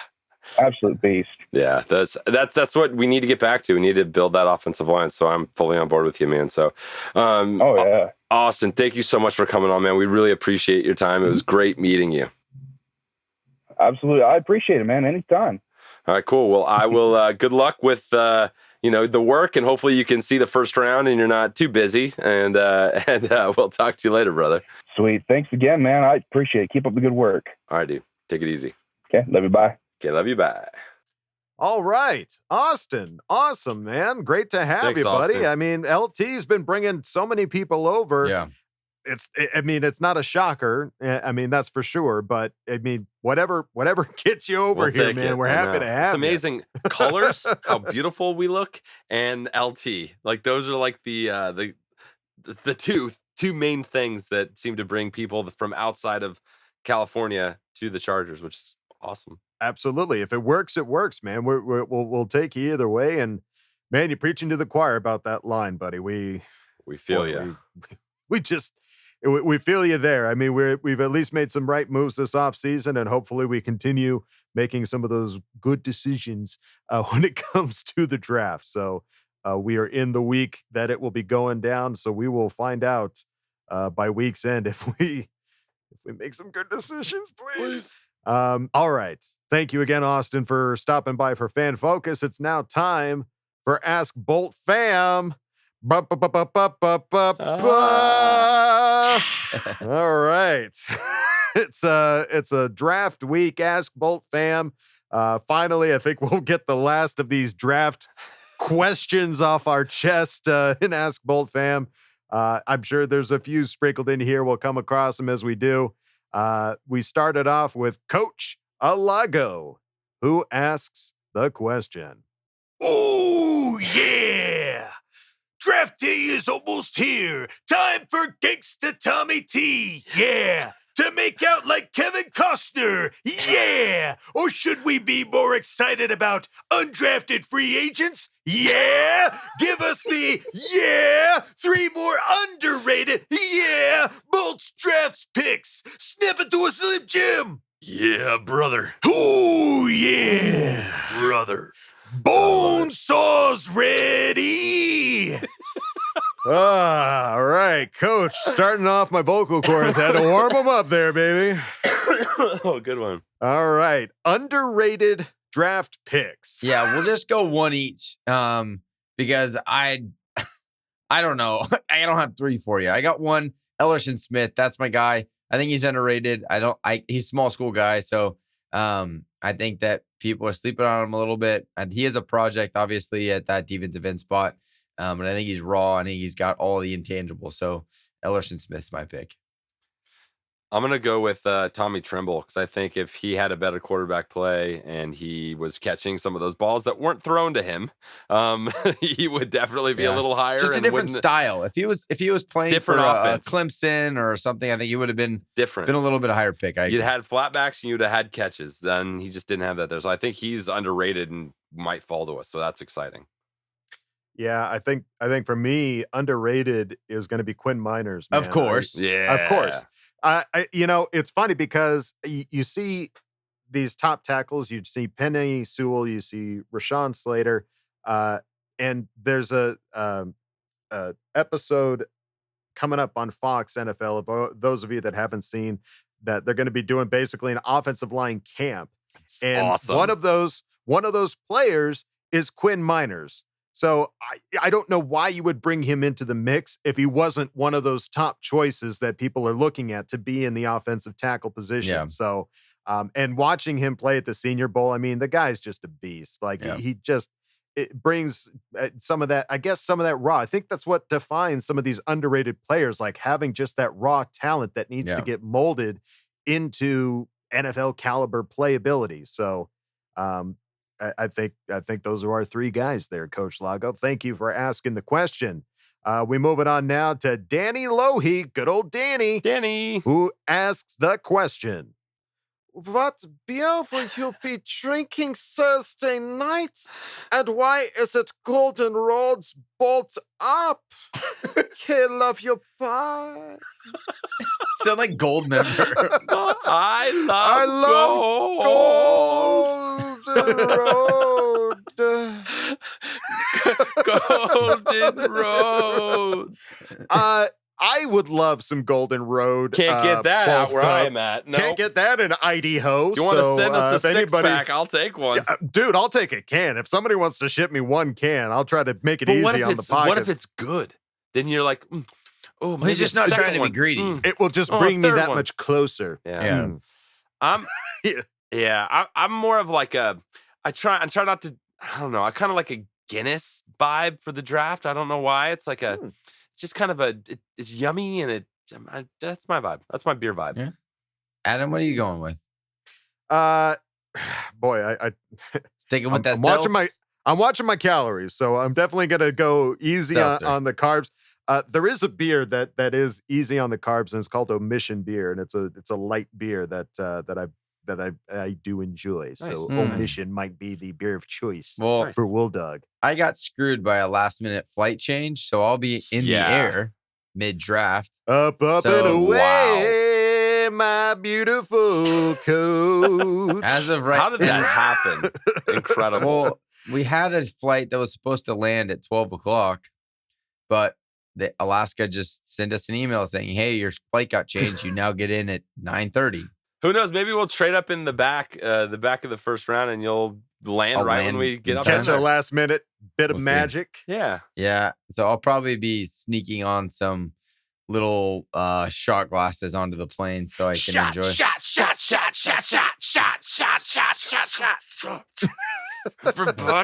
Sorry. Whoa. Rage. Different zone right I was there. so angry. All right. Thank you, Danny, for asking the question. Thanks, Danny. We move on to Tyler Fofi, who asks the question. The Foster.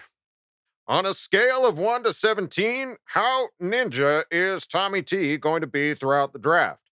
1, not at all. 17, full-blown, disappearing into a smoke cloud. Let's hear your best, Brian Balaga. Sorry, Brian. Like, I listened to one interview, and that was the best I can fucking pull. Brian Balaga? Brian Balaga? Iowa. So, all right. Scale of 1 to 17. Great scale. The thing about ninjas, yeah, great you don't skill. see them. You don't know them. You don't see them. They don't. You don't know where they are. So, I'm feeling about a 15. Are you at a full blown? Okay, I was gonna say you're full blown. You're not a full 17. Phillip Rivers ninja. Yeah, I don't think he's gone full ninja. I don't think you never go full ninja, but I think he's going to go partial ninja. Pretty high ninja. Pretty high ninja. I like it. Yeah, so you're calling 15. What are you thinking, Coach? I'm going with the solid Justin Herbert ninja with a 10. I'm feeling middle of the road as well. Yeah. I think it's not quite middle of the road for a scale of 1 to 17, but it's on the right side of it. It's above average. It's a little more ninja. Yeah. But not, definitely not full ninja. I want a good I think there'll be ninja, some predictable picks, but then the later rounds will be like, what? Something fancy. I think the ninja aspect is in the first 3 rounds. I hope he's a good ninja and gives me Penei Sewell. That's a good ninja. I don't want a bad ninja. It's a bad ninja. I don't want a waddle ninja. I don't want a wide receiver ninja. No bad ninja, only good ninja. Excellent. All right. Thank you, Tyler. So stupid. For asking this unique question. Let's move it on now down to Bring It Home Bolts, who asks the question. All right, boys. Time to put your money where your mouth is, Duggan Bros. The entire fan base is sold on that we're moving up, while beat reporters and draft analysts expect a Derrissa or Horn. What is the single craziest thing you will do if the Chargers land Sewell? This sounds like a challenge, Kyle. This is like a bet, right, man. Like, what are you going to do? What some of you don't know is me and Kevin will be together next weekend at a bachelor party. I'll get an Oregon Duck O tattooed on my leg. Oh my goodness. Snap. What would you do? What would you do? Well, if you start up there, what am I supposed to do? I can't exactly with that. Holy shit. What am I supposed to do? That's how little I think it will happen. If it happens, I'll send you guys proof next week. Wow. Okay. So you're on the side of it being like, there's no way this is going to happen. There's no way it's going to happen. I'll get an O tattooed on the Oregon O. Sure. That's bold. I look like such a bitch right now. You're gonna look like such a weenie. Chug your Guinness. What? Chug your Guinness. Yeah, no, that's weak. Literally, I'm in a corner that I can't get out of. I look like a little bitch to my little brother. This is not fair. So, but the question is, how likely do you think it's going to happen? It's not going to happen. I want it to happen. I want it to happen more than anything. Yeah, I don't think it's going to happen, but I want it. And I want to see Kyle with an Oregon tattoo. So, are you for real, Kyle? If we draft Penei Sewell, I will do it. Yes. Holy sure. Shit. I think that's fun. I think that's cool. Oh my God. That's good. So, Kevin, would you say something like, I'll stand on the sidewalk with a sign that says, shave your beard? I didn't think we'd get Penei Sewell, but now we do in Kansas City country. I'll do a bolt in the side of, I'll shave a bolt into the side of my head. There you go. I like that. Temporary. Yeah. It's temporary, but, work appropriate. Yeah. I think that's good. Excellent. All right. Big bets. I like it. That just elevated very quickly, guys. It did. That escalated. That escalated quickly. Wow. All right. Thank you. Bringing home bolts. Bringing some energy to this. I love it. We move on now to Dwayne Ray, who asks the question. I remember last year our defensive pass rush was awful and put our secondary in a bad spot. Yarr. Why isn't more attention given to the D line? Oh, the D. A corner, even a first rounder, can't cover forever. Any pass rushers in this draft would you want to take? Yeah, so I think part of the reason is we're switching defenses. So people don't know really what to push in on when it comes to the defensive front. I think our starters are solid where we're at with moving to this 3-4. We have edge rushers with Uchenna, with Bosa, with some of these guys. So I think the starting the front, I guess 4 or 5, whatever it might look like with the 3-4. I think our starting guys up front are okay. There's not as glaring of a hole as there is at left tackle and starting at corner.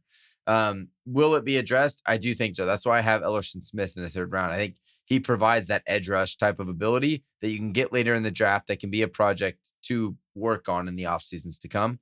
But I might be wrong. Again, not being paid to do this, but I just don't think it's as big of a deal as our corner and tackle are. I think you hit it on the head. I concur. Talking about the change in defense, that's the big thing right now on what Staley's bringing to this team. Everyone's kind of confused. Everyone's kind of like, what's it going to look like? What do we time. really need? That's why it's so exciting, because I have no idea what's going to happen the first 2 days. No idea. Right. Yeah, I mean, honestly, I saw the NFL Live mock draft, and I saw Matt Money Smith taking Kwity Paye in the 1st round, which Kwity Paye, no slam to him, but nobody has been talking about Chargers taking Kwity Paye except Matt Money Smith. So we'll just have to wait and see if it happens, man. I feel like that's a pick that is most likely. Like these random things none of us have talked about. Think about. None of us have talked about, and then he's going to be... That's full ninja. That's a 17 That's a full 17 ninja. And I wouldn't be mad at that. That's not a wide receiver, so it wouldn't be mad at bad. That wouldn't be a bad ninja. That'd be a good ninja. Yeah. It'd be an okay It'd be a weird ninja. It'd be a let's wait and see ninja. Yeah. Be a confusing ninja. All right. Thank you, Dwayne Ray. Be very, very quiet. I'm looking for Dwayne Way. All right. Let's move it on now to Jeebs. Now, Jeebs, you made a request. Silent D.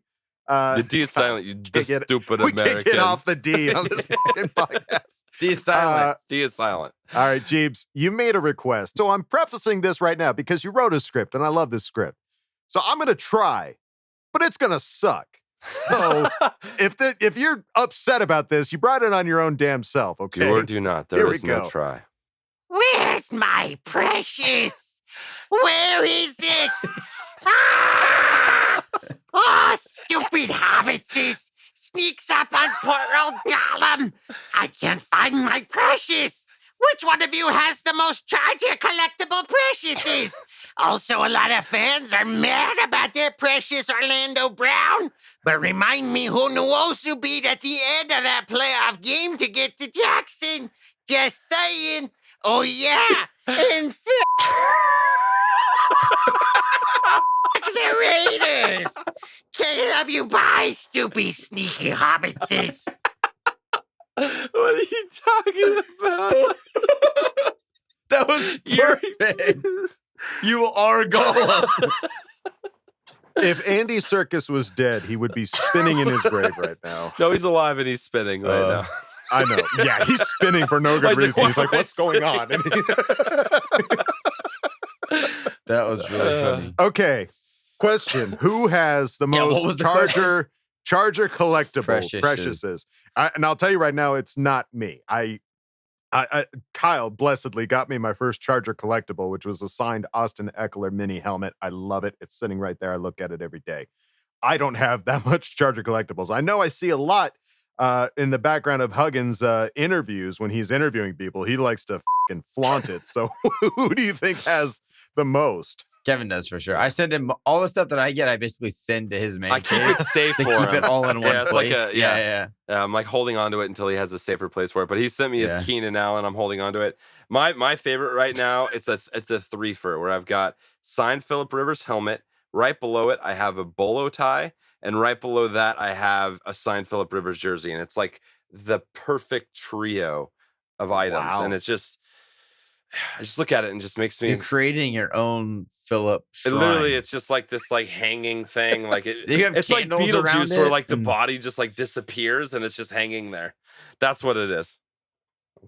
If you say his name You need 3 to put times, some of those- Philip Rivers, he shows up in my room. He shows Yeah. up. Oh, sweet. I think it's going to be more like Friday the 13th. There's going to be freaking Philip Voorhees' head sitting there in the not too distant future, surrounded by candles. Yeah. All good. right. Well, there you go, folks. Kevin Duggan has the vault of Charger preciousness. That's so bad. All right. Thank you, Jeeves, for making me look like an asshat in the Charger chat. We move on to Brown Sugar, who asked the question.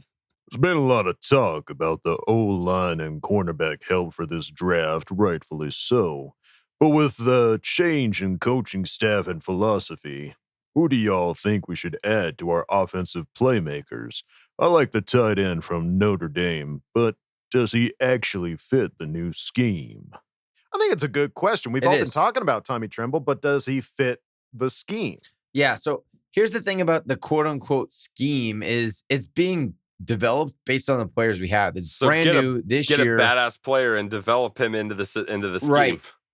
Get a badass player, we'll make a badass scheme. Exactly. Right. And in reality, I think that's what it is, because you have all these guys from the same kind of world of this Shanahan scheme, but being brought in from different places, from different teams, and they're trying to make one like Ultra Zord scheme. And it's like what the pieces that we have, hopefully they're creative enough to make into an effective piece. So you're still going to have tight ends, you're still going to have wide receivers, you're still going to have running backs, no matter what. So I think that the Tommy Tremble tight end absolutely makes a lot of sense. And we have the other pieces. We have the Cooks, we have the Parhams, we have the receiver type tight ends already in there. So you add these different pieces and elements that they can get creative with. And what is the system? It's kind of a short underneath passing game, zone schemes, reverse run plays. It's a tricky type of offense. And yeah, anytime you can add different effective elements like a tight end that can block and catch, it's going to be helpful. There you go. Straight from the coach himself. Thank you, Brown Sugar. We move on to Daniel Llewellyn, who asked the question. Luke Telesco, I am your draft father. I have an important question for you that may allow us to rule the galaxy as draft father and son. Would you prefer we trade up into second round to get a third round premier player, or trade down to get more planetary capital success? It is your destiny. I don't know. There just seems to be a jump between that second and third round player. I would rather jump up and have another second than have the 2/3. That would be my preference. Because we have 9 picks. Like, we can sacrifice one of those, have 8 picks, still a lot of picks. So that would be my kind of direction I'd want to sacrifice one pick. Still a lot of picks. Am I right? I did the math. Good. 1 pick less. Still good. 8. I like 8. Good number. So yeah. Yeah, I think everyone would rather have a second round pick than a third round pick. For sure. But it's what you're giving up in addition to that third round pick. But here in the grand scheme of what I want is I want to win right now. We have 3 or 4 years right now to win a Super Bowl. That's going to be the most, I don't know if realistic is the right word, but the most doable. With Justin Herbert's contract, we have the most flexibility to bring in great players. I don't 7th round draft picks, perfect. Some like project that might make the team or might not. 4th, 5th round, like 5th, 6th round pick. I want guys that can come in and play. So if we could trade up to get, you give up a 3rd and a 5th to get another 2nd, absolutely. 100%. I want to win. We need to win right now. And with the cap space going down and Justin Herbert's sophomore season, that sucks. That hurt us pretty bad. So we need to be able to take advantage of this draft with the extra picks that we have and turn that Phillip Rivers comp pick into a 2nd would be awesome, depending on what else we have to give up. Or jump up and get Sewell at 4 and give up a lot of shit, you know? Who cares about the rest of the draft? Who cares about 2022? Give him a first round 2022 and our third rounder, and we'll pick our boy. Yeah. Just pull a Mike Ditka and just like trade all of your drafts for one player and call it good. And just so don't do that again. Don't do that.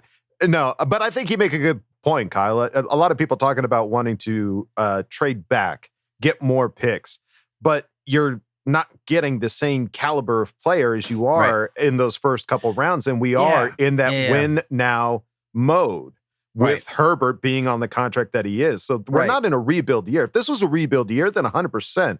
Let's just get some great raw talent that we can mold and be ready for next year. But that's not the case. Yeah, but listen to this. But the problem is at 13, our team needs can't be filled with the best available. If you move back just later in the first round, pick up a couple third rounds, then you now have pieces to put a package together to take 2 third rounds and turn that into another second. So you move back to 20, and then you're just taking now you have 2 seconds it down into the end of the first. Yeah, into the second. Squeezing it down instead of having this one first round pick that you reach for a team need, which we never do. So we'll end up picking a Devontae Smith or a Micah Parsons. Yeah, squeeze, Kev. You're right. Yeah. Squeeze just it. Like that. Squeeze it real good. Yeah, it's just a matter of shifting picks around. And Tommy T's got to go full. You might have to go. You might have to go full Tommy. You never go full ninja, Kyle. We talked about this. You never go full ninja. You never do, but we might have to sacrifice Tommy to full ninja on Thursday night. It'll be his time to shine, that's for sure. We'll see what kind of magic he can pull out. But thank you, Daniel, for asking the question. We move on to Bobby Caldrone, who asked the question, do any of y'all have any draft day traditions or superstitions? I definitely do. I wake up. I was going to say, I think if any of us do, it's probably Kevin. He's a superstition.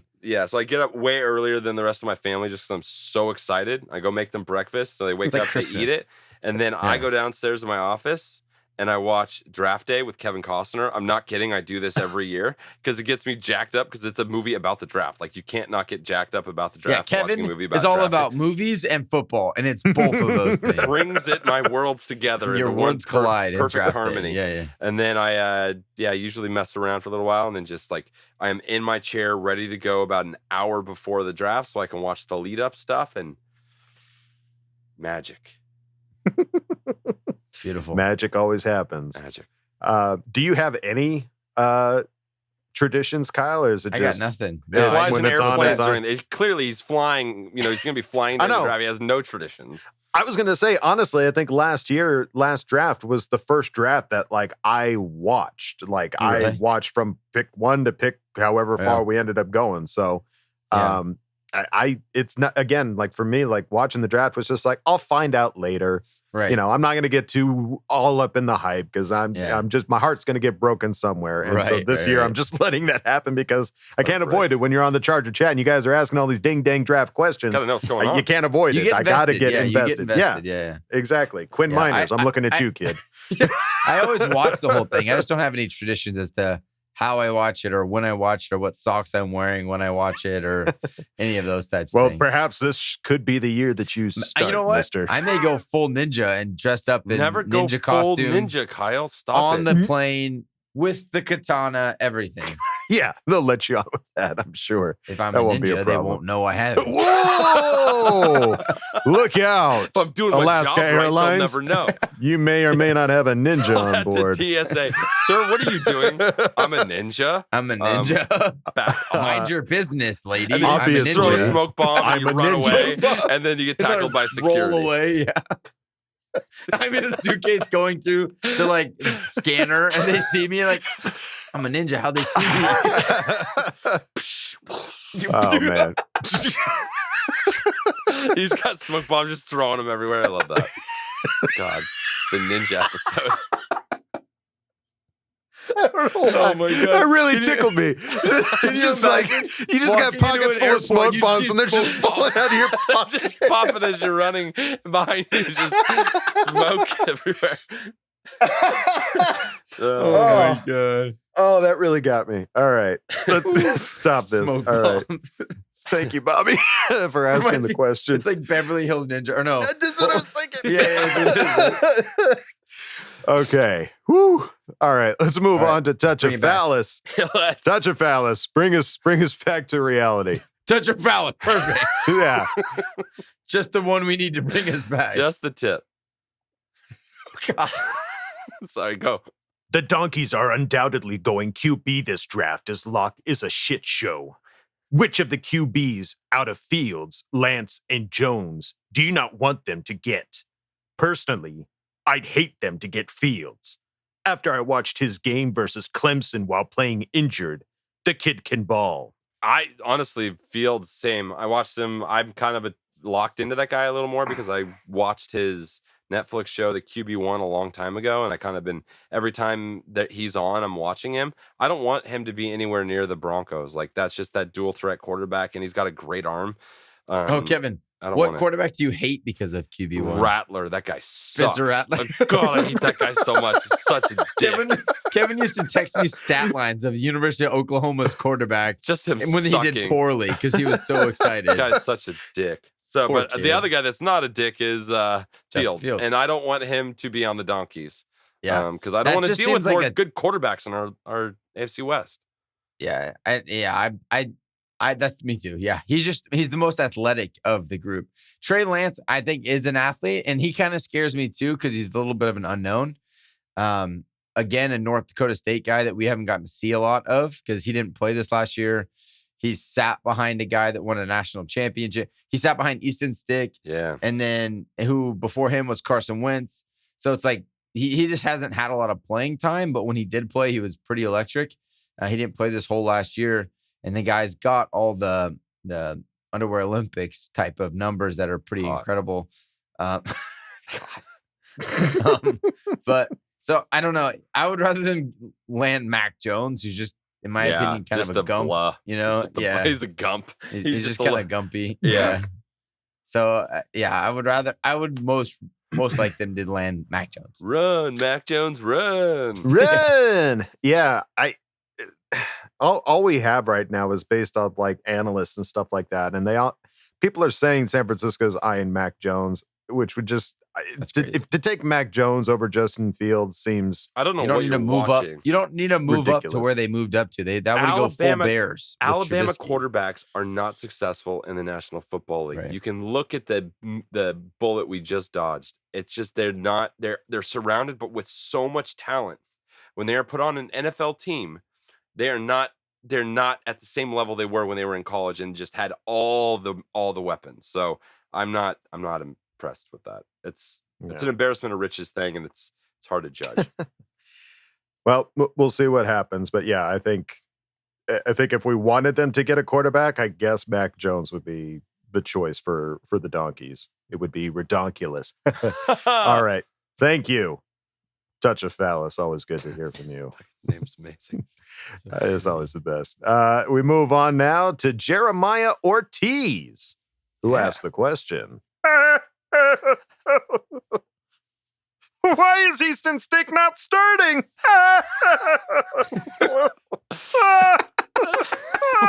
Your eyes.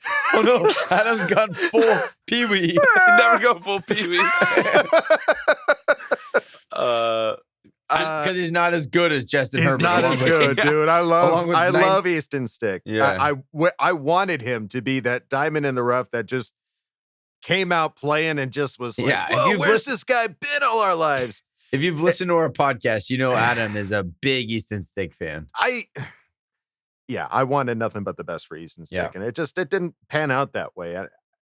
Had we not drafted Justin Herbert, I don't know that it would have gone any differently, honestly. No. I know it's a joke question, but yeah. Yeah. I think he's just a solid backup at this point, honestly. Yeah. Like he's good for him. Good for the backup. Best job in the whole world. Absolutely. Paid tons of money to hold a clipboard. I love it. That's right. Chase Clipboard Daniel, Jesus. look at him. Charlie Whitehurst, baby. Charlie Whitehurst, yep. All of them. Clipboard Jesus. All right. But it's still a great question. Thank you, Jeremiah. We move on to Brian LaRoe, who asked the question. So I don't really have a question. I gotta, he asked me to come up and tell you guys what I think about the Chargers. All right. I think these guys, you got to look out for them, okay? Like they're the guys, they've got the lightning bolt, okay? Immediately right off the bat, that's going to kill you, okay? Lightning bolts, you stay away from electricity, okay? That's why they have those in special boxes, all right? And then you got to look at this guy, Justin Herbert, all right? Now, this guy, he can run a banana, spider split easily. You can run that in circles all day around you, all right? Now, this guy, he runs this team now. Then you got this Brandon Staley guy, all right? Now, he could just, he's what they call a wonderkind, okay? I don't know how exactly they say that. I see these guys, they pronounce their W's with V's. Wunderkind, what the hell is that? All right, now I don't get it. Okay, but you know what? They're a team that they're electric, and we got to look out for them this season. Okay. Whoa, that was my best. John Gruden. Chill out. You went Chucky on us. I like it. You went full Chucky. So, not really a question, Brian, but there you go. Hopefully that satiated your need. And he said, in voice of John Gruden, tell us how the Raiders feel about the Chargers and Justin Herbert. So yeah, there you go. Well done, off the cuff. That was some good improv there, dude. It was improv. Improv. All right. We move on to the glorious end. Who asked the question? Crikey! It's here. The draft is finally here, and it's shaping up to be a real beauty. Is there one player that you guys would 100% buy a jersey for if we selected him? Oh, look over there. I think I see an LT. Cheers, guys. K love you, boy. Well, if Kyle's getting a tattoo, I will definitely buy a Sewell jersey. 100%. Yeah. It's funny because when we were going through the round 1 picks, that popped in my head. Like, if we draft Darrisaw, I don't think I'm picking up a Darrisaw jersey. No. If we pick up Horn, I might pick up a Horn jersey. Like, he has that kind of explosive. Horn has been one that I've been keeping an eye on as far as playmaking, and if we can get JC Horn, I think. What about a Quinn Miners in the third? Ooh, I would absolutely buy a Quinn. Yeah, Miners. there you go. You just walked him right into that one. I might have to. Yeah, I might have to get that. What do they call it? The jersey where you have to basically make it yourself. Yeah, customized. I don't think they'll give you the regular Quinn Miners jersey. I might have to get a custom Quinn Miners. But if we draft him, 100% picking up a Quinn Miners jersey. Answer. All right. Thank you, the glorious end. Great question. We move on now to Karen. Karen. I love you, Karen. Well, shoot. Which is your favorite? A draft party or solo draft watching? Okay, like, dadgummit. Nice. You throw the dadgummit on there. We're like, yep. That's all you got to do. Is you got to throw in the shoots, the dadgummit, and maybe occasionally this is horse mess or something like that. Yes. But are you guys solo or partiers when it comes to the draft? I've never really had I've been out in Missouri for so long. I'm watching it and by made myself. Zero friends. I've literally made there's no Charger fans in my area at all. Like, not even a little bit. Yeah. So I would love more than anything to go down to the pier or wherever they're doing it and hang out with everyone. That would be amazing. Oh, for sure. Yeah. But at this point, I only know one thing, and that's being all by myself. Don't want to be all by myself. Yeah, I agree. Like, if I could be with a group of just Charger fans and know that it's just Charger fans, but that never happens. Somebody brings a spouse that's a Packer fan. Usually, or Jets fans are really just somebody shows up that is just like, dude, I don't care who you pick. Like, shut up. Like, I'm just not, this is my day. Leave me alone. This is my day, yeah. I'm on the clock. You shut your mouth. Yeah. And then they talk smack. Yeah, I don't know. For the draft, I don't like solo, but I'm selective. I'm a selective draft watching. I like to watch with certain people. For sure. Yeah. Last year, we all got to watch it together and react and share emotions together as they happened. And we'll try to do that this year. I don't think Coach is unfortunately going to be available. We tested the system. He's going to voice memo us from the airplane, and then we're going to play my live reaction. Okay, so we might get Kyle down in the field and up in the air. Yeah, he'll try to send us some smoke signals if he can, but otherwise, you will definitely hear the raw emotions that are.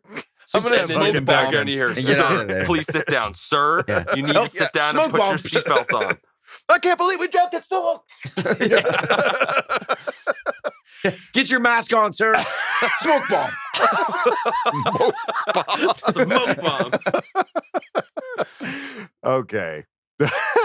All right. Thank you, Karen. Love you. Let's move on to get some sports. Who asked the question? If Cincinnati does, I doubt they do, indeed draft Sewell, how far do you go as Tom Telesco to, in fact, go get him? Yeah. You need to jump up with, you can have a little conversation with our old coach and try and make out a little plan to with Detroit to get that Detroit Rock pick. City. Yeah, that's where you got to go. You can't trust a Bengal.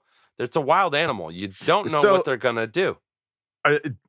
Yeah, I think that's the question. Do you wait for Cincinnati to make the move? No, you can't. Or do you go? So if Cincinnati trades out, if somebody wants to move in to get a quarterback, then you can reassess. If they're staying put and no trades are happening, you need to get up there. If you're going to get Sewell, you need to get to 4. There's no way. No, we're not going into the top 5. The amount that it costs to go top 5, you only do that for a quarterback. I think that's what you would have to do to get to just realistically know this is the guy you're going to get. That's what you do. Here's the only way we move up to get Sewell if he goes past the top 5.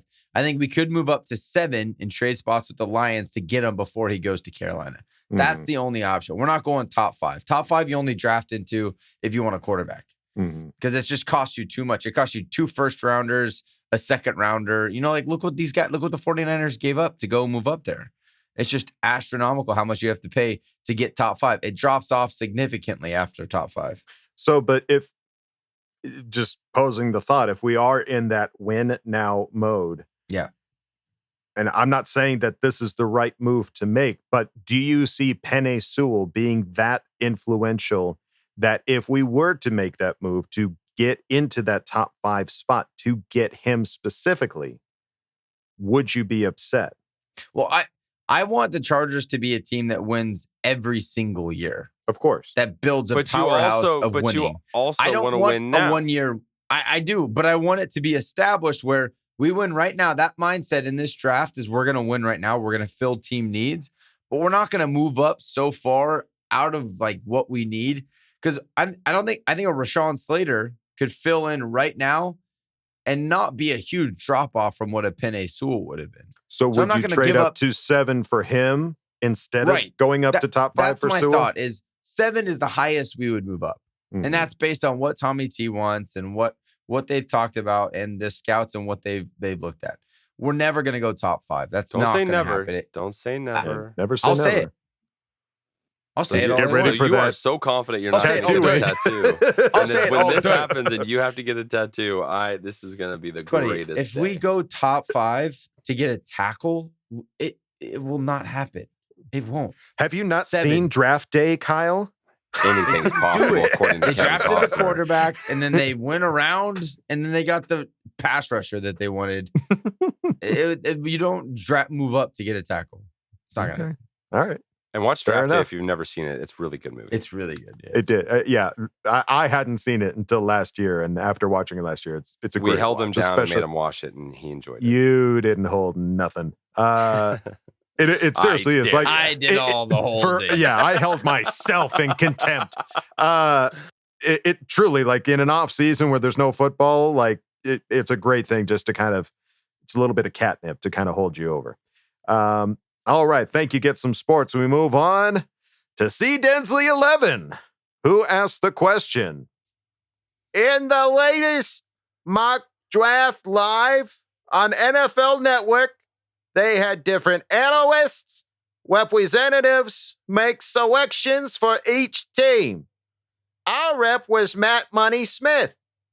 With the 13th pick, he selected Kwity Paye, the edge from Michigan. I have to believe he was given instructions from Chargers brass so as not to reveal our plan at all, but I was still outraged. Paye is a good player and all that, but come on. Anyway, at this point, we know that most fans are thinking tackle or corner in rounds 1 and 2. In whatever order makes sense, based on available talent, my question is, which players could you see come out of left field and that would piss you off? I can't do this character. Any that you'd be surprised to see us take, but would get on board with. Mowich. Thank you. That was a train wreck. That was terrible. That was. Damn you, C. Densley. He tried. Okay.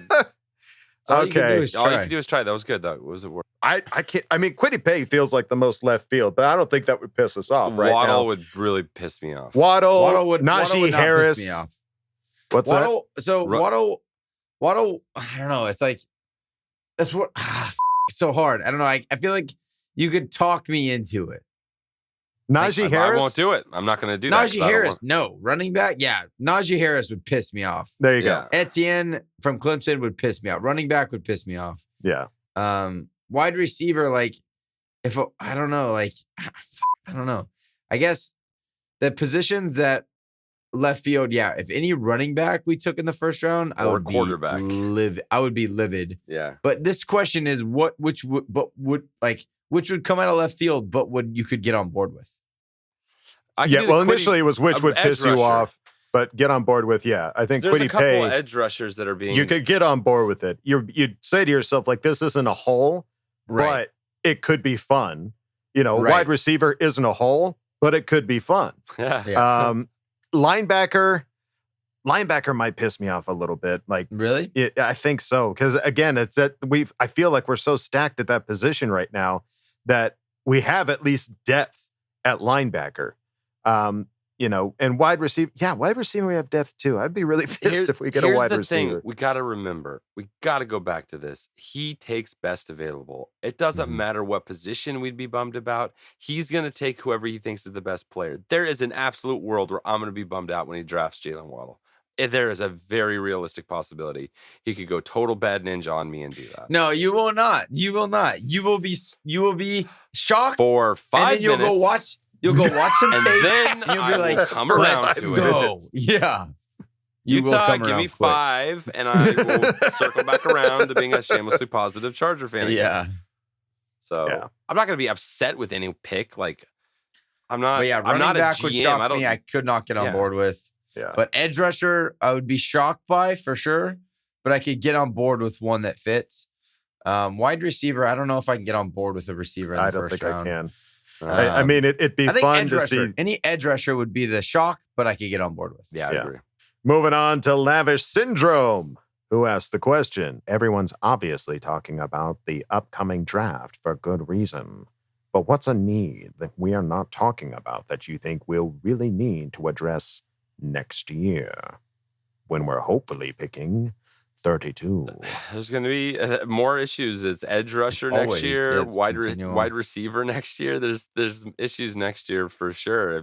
Depending on what you do with Mike Williams and what you do with Nwosu, there's things you're going to have to address. Tight end, Cook is gone. He's on a 1-year deal. Guard, Abushi is on a 1-year deal. There's going to be holes every year. So, and then it all comes down to who stays healthy, who gets re-signed, what we do in free agency. Well, I want some Landon Dickerson. It's almost impossible.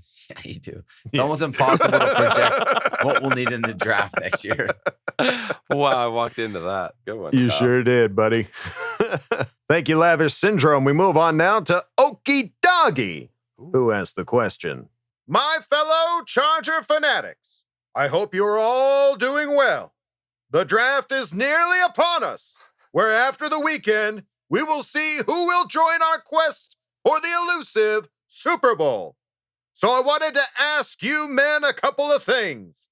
Going into this draft, what are your gut feelings about how this draft will turn out for us? And what would be a bold prediction that you guys want to happen? For me, my gut says that if Horn is still on the board, and if we stay at 13, Tommy T will take him. But my bold prediction, whether it is right or wrong, is that Tommy T will call up Motor City Dan Campbell and offer him 2 firsts plus some kneecaps to move up to 7th to get Penei Sewell. Regardless of what happens, I will welcome whoever we end up getting with open arms and have faith that our coaching staff have a plan in motion. This offseason, we have lost a lot of men to free agency. We also said farewell to 2 legends to retirement, even though they had left us once before. But there is a new era of Chargers football on the horizon, and damn does it look promising. So we have to show our support to the new rookies so they know that even if they weren't rated highly by most teams, or even if they get bashed by the charlatans from PFF for being part of our team, we have their backs. Godspeed, Boltfam! They may take our lives, but they will never take our freedom! I'm going to get a noise complaint in this apartment complex. Me too. My son's away from each other. I just woke up my entire family upstairs with that. Bold predictions. Okie Doggy, I think you nailed it, dude. Like, Campbell, moving up. Penei or Slater. That feels like the move. Penei or Slater feels like the Bolt move. Moving up for Horn, I wouldn't hate it. If Horn's there, you take him. That was his point. And absolutely, if Horn's there, you take him. If you move up for certain. That's what, if you want to move up for cornerback. There you go. I don't know anymore. Roll the dice. Come on, Tommy. Do your ninja power. Good thing is, guys, guess what? We don't have to talk about this anymore after this episode. We just know who our players are, and then we can just love on them. But yeah, I think you're on the money though with the Motor City Dan Campbell offering him 2 firsts and some kneecaps. Well played, Okie Dokie. Yeah, not my kneecaps. I need these for walking. Let's move on to Jake Bushel, who asked the question. Interesting quote from Teenage Mutant Ninja Tommy's press conference. We can move some corners to safety and some safeties to corners. Could it be a possibility that Derwin moves to corner next year? You saw it in the Hard Knocks, him in certain packages maybe moving over there. He covered Keenan like he's done it all his life. It depends on what corner you're talking about. Could he play in the slot? Yeah, I think he could play in the slot. Could he play outside? Yeah, but we talked about this, I don't know, a few episodes ago. But you lose so much by putting a playmaker like that just on the outside, and only you're limiting him to what he's right. It's like Jalen Ramsey. The whole reason they brought Jalen Ramsey in is so that he could have a bigger impact. So yeah, I don't see Derwin going to the outside. I think you'll see him sometimes lined up on the slot. You'll see him lined up on the tight end a ton, especially a Kyle Pitts that everyone seems to be obsessed with. Derwin would shut that little kid down fast. So yeah, I think Tavon Campbell could be interchangeable, could go back and forth. I don't really know who else at the corner position. Maybe Chris Harris. They could work into some kind of a strong safety type position. But it's just, again, it all comes back to what you want to label a player. What their responsibilities are is what matters. It doesn't matter what you call the player. It's what he's doing on the field. If you're going to take somebody out and put a man-to-man coverage on a number 1 wide receiver, he has to have that skill set. If he does, put him out there. I don't care what he played in the past. And I think that's what Staley's mindset and thought is. Thank you, Jack Bushel. Thanks, buddy. We end this Bolt Fam with Ryan Toledo, who asked the question. I'm pretty saturated with draft talk. Same. I'm just ready for it to play out. My question is, if you could have either, would you choose to have Weddle's beard or Takeo Spike's neck? Love the show, fellas. Keep up the awesome work. love you, bye. Yeah. Takeo Spike's neck is a thing of All legend. day. Say draft again. Say it again. I dare you. I'll double dare you, motherfucker. I don't know if I can pull off Takeo Spike's neck. Dude, it's literally it goes down to like mid. It's like here. It would be fun to walk around. I would with take one of Weddle's those. beard. No, I'd take the neck. I would take Weddle. The neck's cool. No, because you could trim the beard. You could seasonally change it. The neck, you're stuck. But here's with. what That's I the would neck. do, and it would look awesome. I wouldn't work out any other part of my body. It would just be the massive neck. Ew. It would just walk around like, what's wrong with that guy? You'd be like top heavy. You'd like fall over. It's like you barely turn your head. Like, yeah. Dope. Kevin wears exclusively turtlenecks to look a little bit normal. Can't get him on. It's like, You'd be like Batman. Like Batman can't turn his head. Like you would just have to like be like this, like your whole life. Yeah, that's a good question. I would do Takeo Spike. Great Weddle's question. beard all day. Yeah, I don't like I'll Weddle's take- beard. It's not impressive. Wool Dogs, on the other hand, I might take a Wool Dog beard if it had lightning bolts in gray in there. All right. Well, thank you, Ryan Toledo, and thank you to everybody in Bolt Fam. What a great episode, folks. Finally, draft week. It's happening. We can be done with all of this what if nonsense. Yes, please. And we can now start to look towards whoever these new players end up being. It's going to be exciting, folks. It's pick 13 this Thursday night. Be there or be square. And Or be in the air. That's going to or be in the air. Hey, oh, rhymes. shit. Be there, It be square, be in rhymed. the air. Don't forget, folks, to bolt up because we're ready for any squad, any place. Okay, love you. Bye. Okay, love you. Bye. Okay, loves you. Bye. And now, a word from our sponsors. Hey there, sports fans. Sure, the draft is just around the corner, but wouldn't you rather be up in the sky? Of course you would. That's why you need to fly Coach's Airlines. Coach's Airlines only flies one day a year. Draft day. We've got it all. Shots.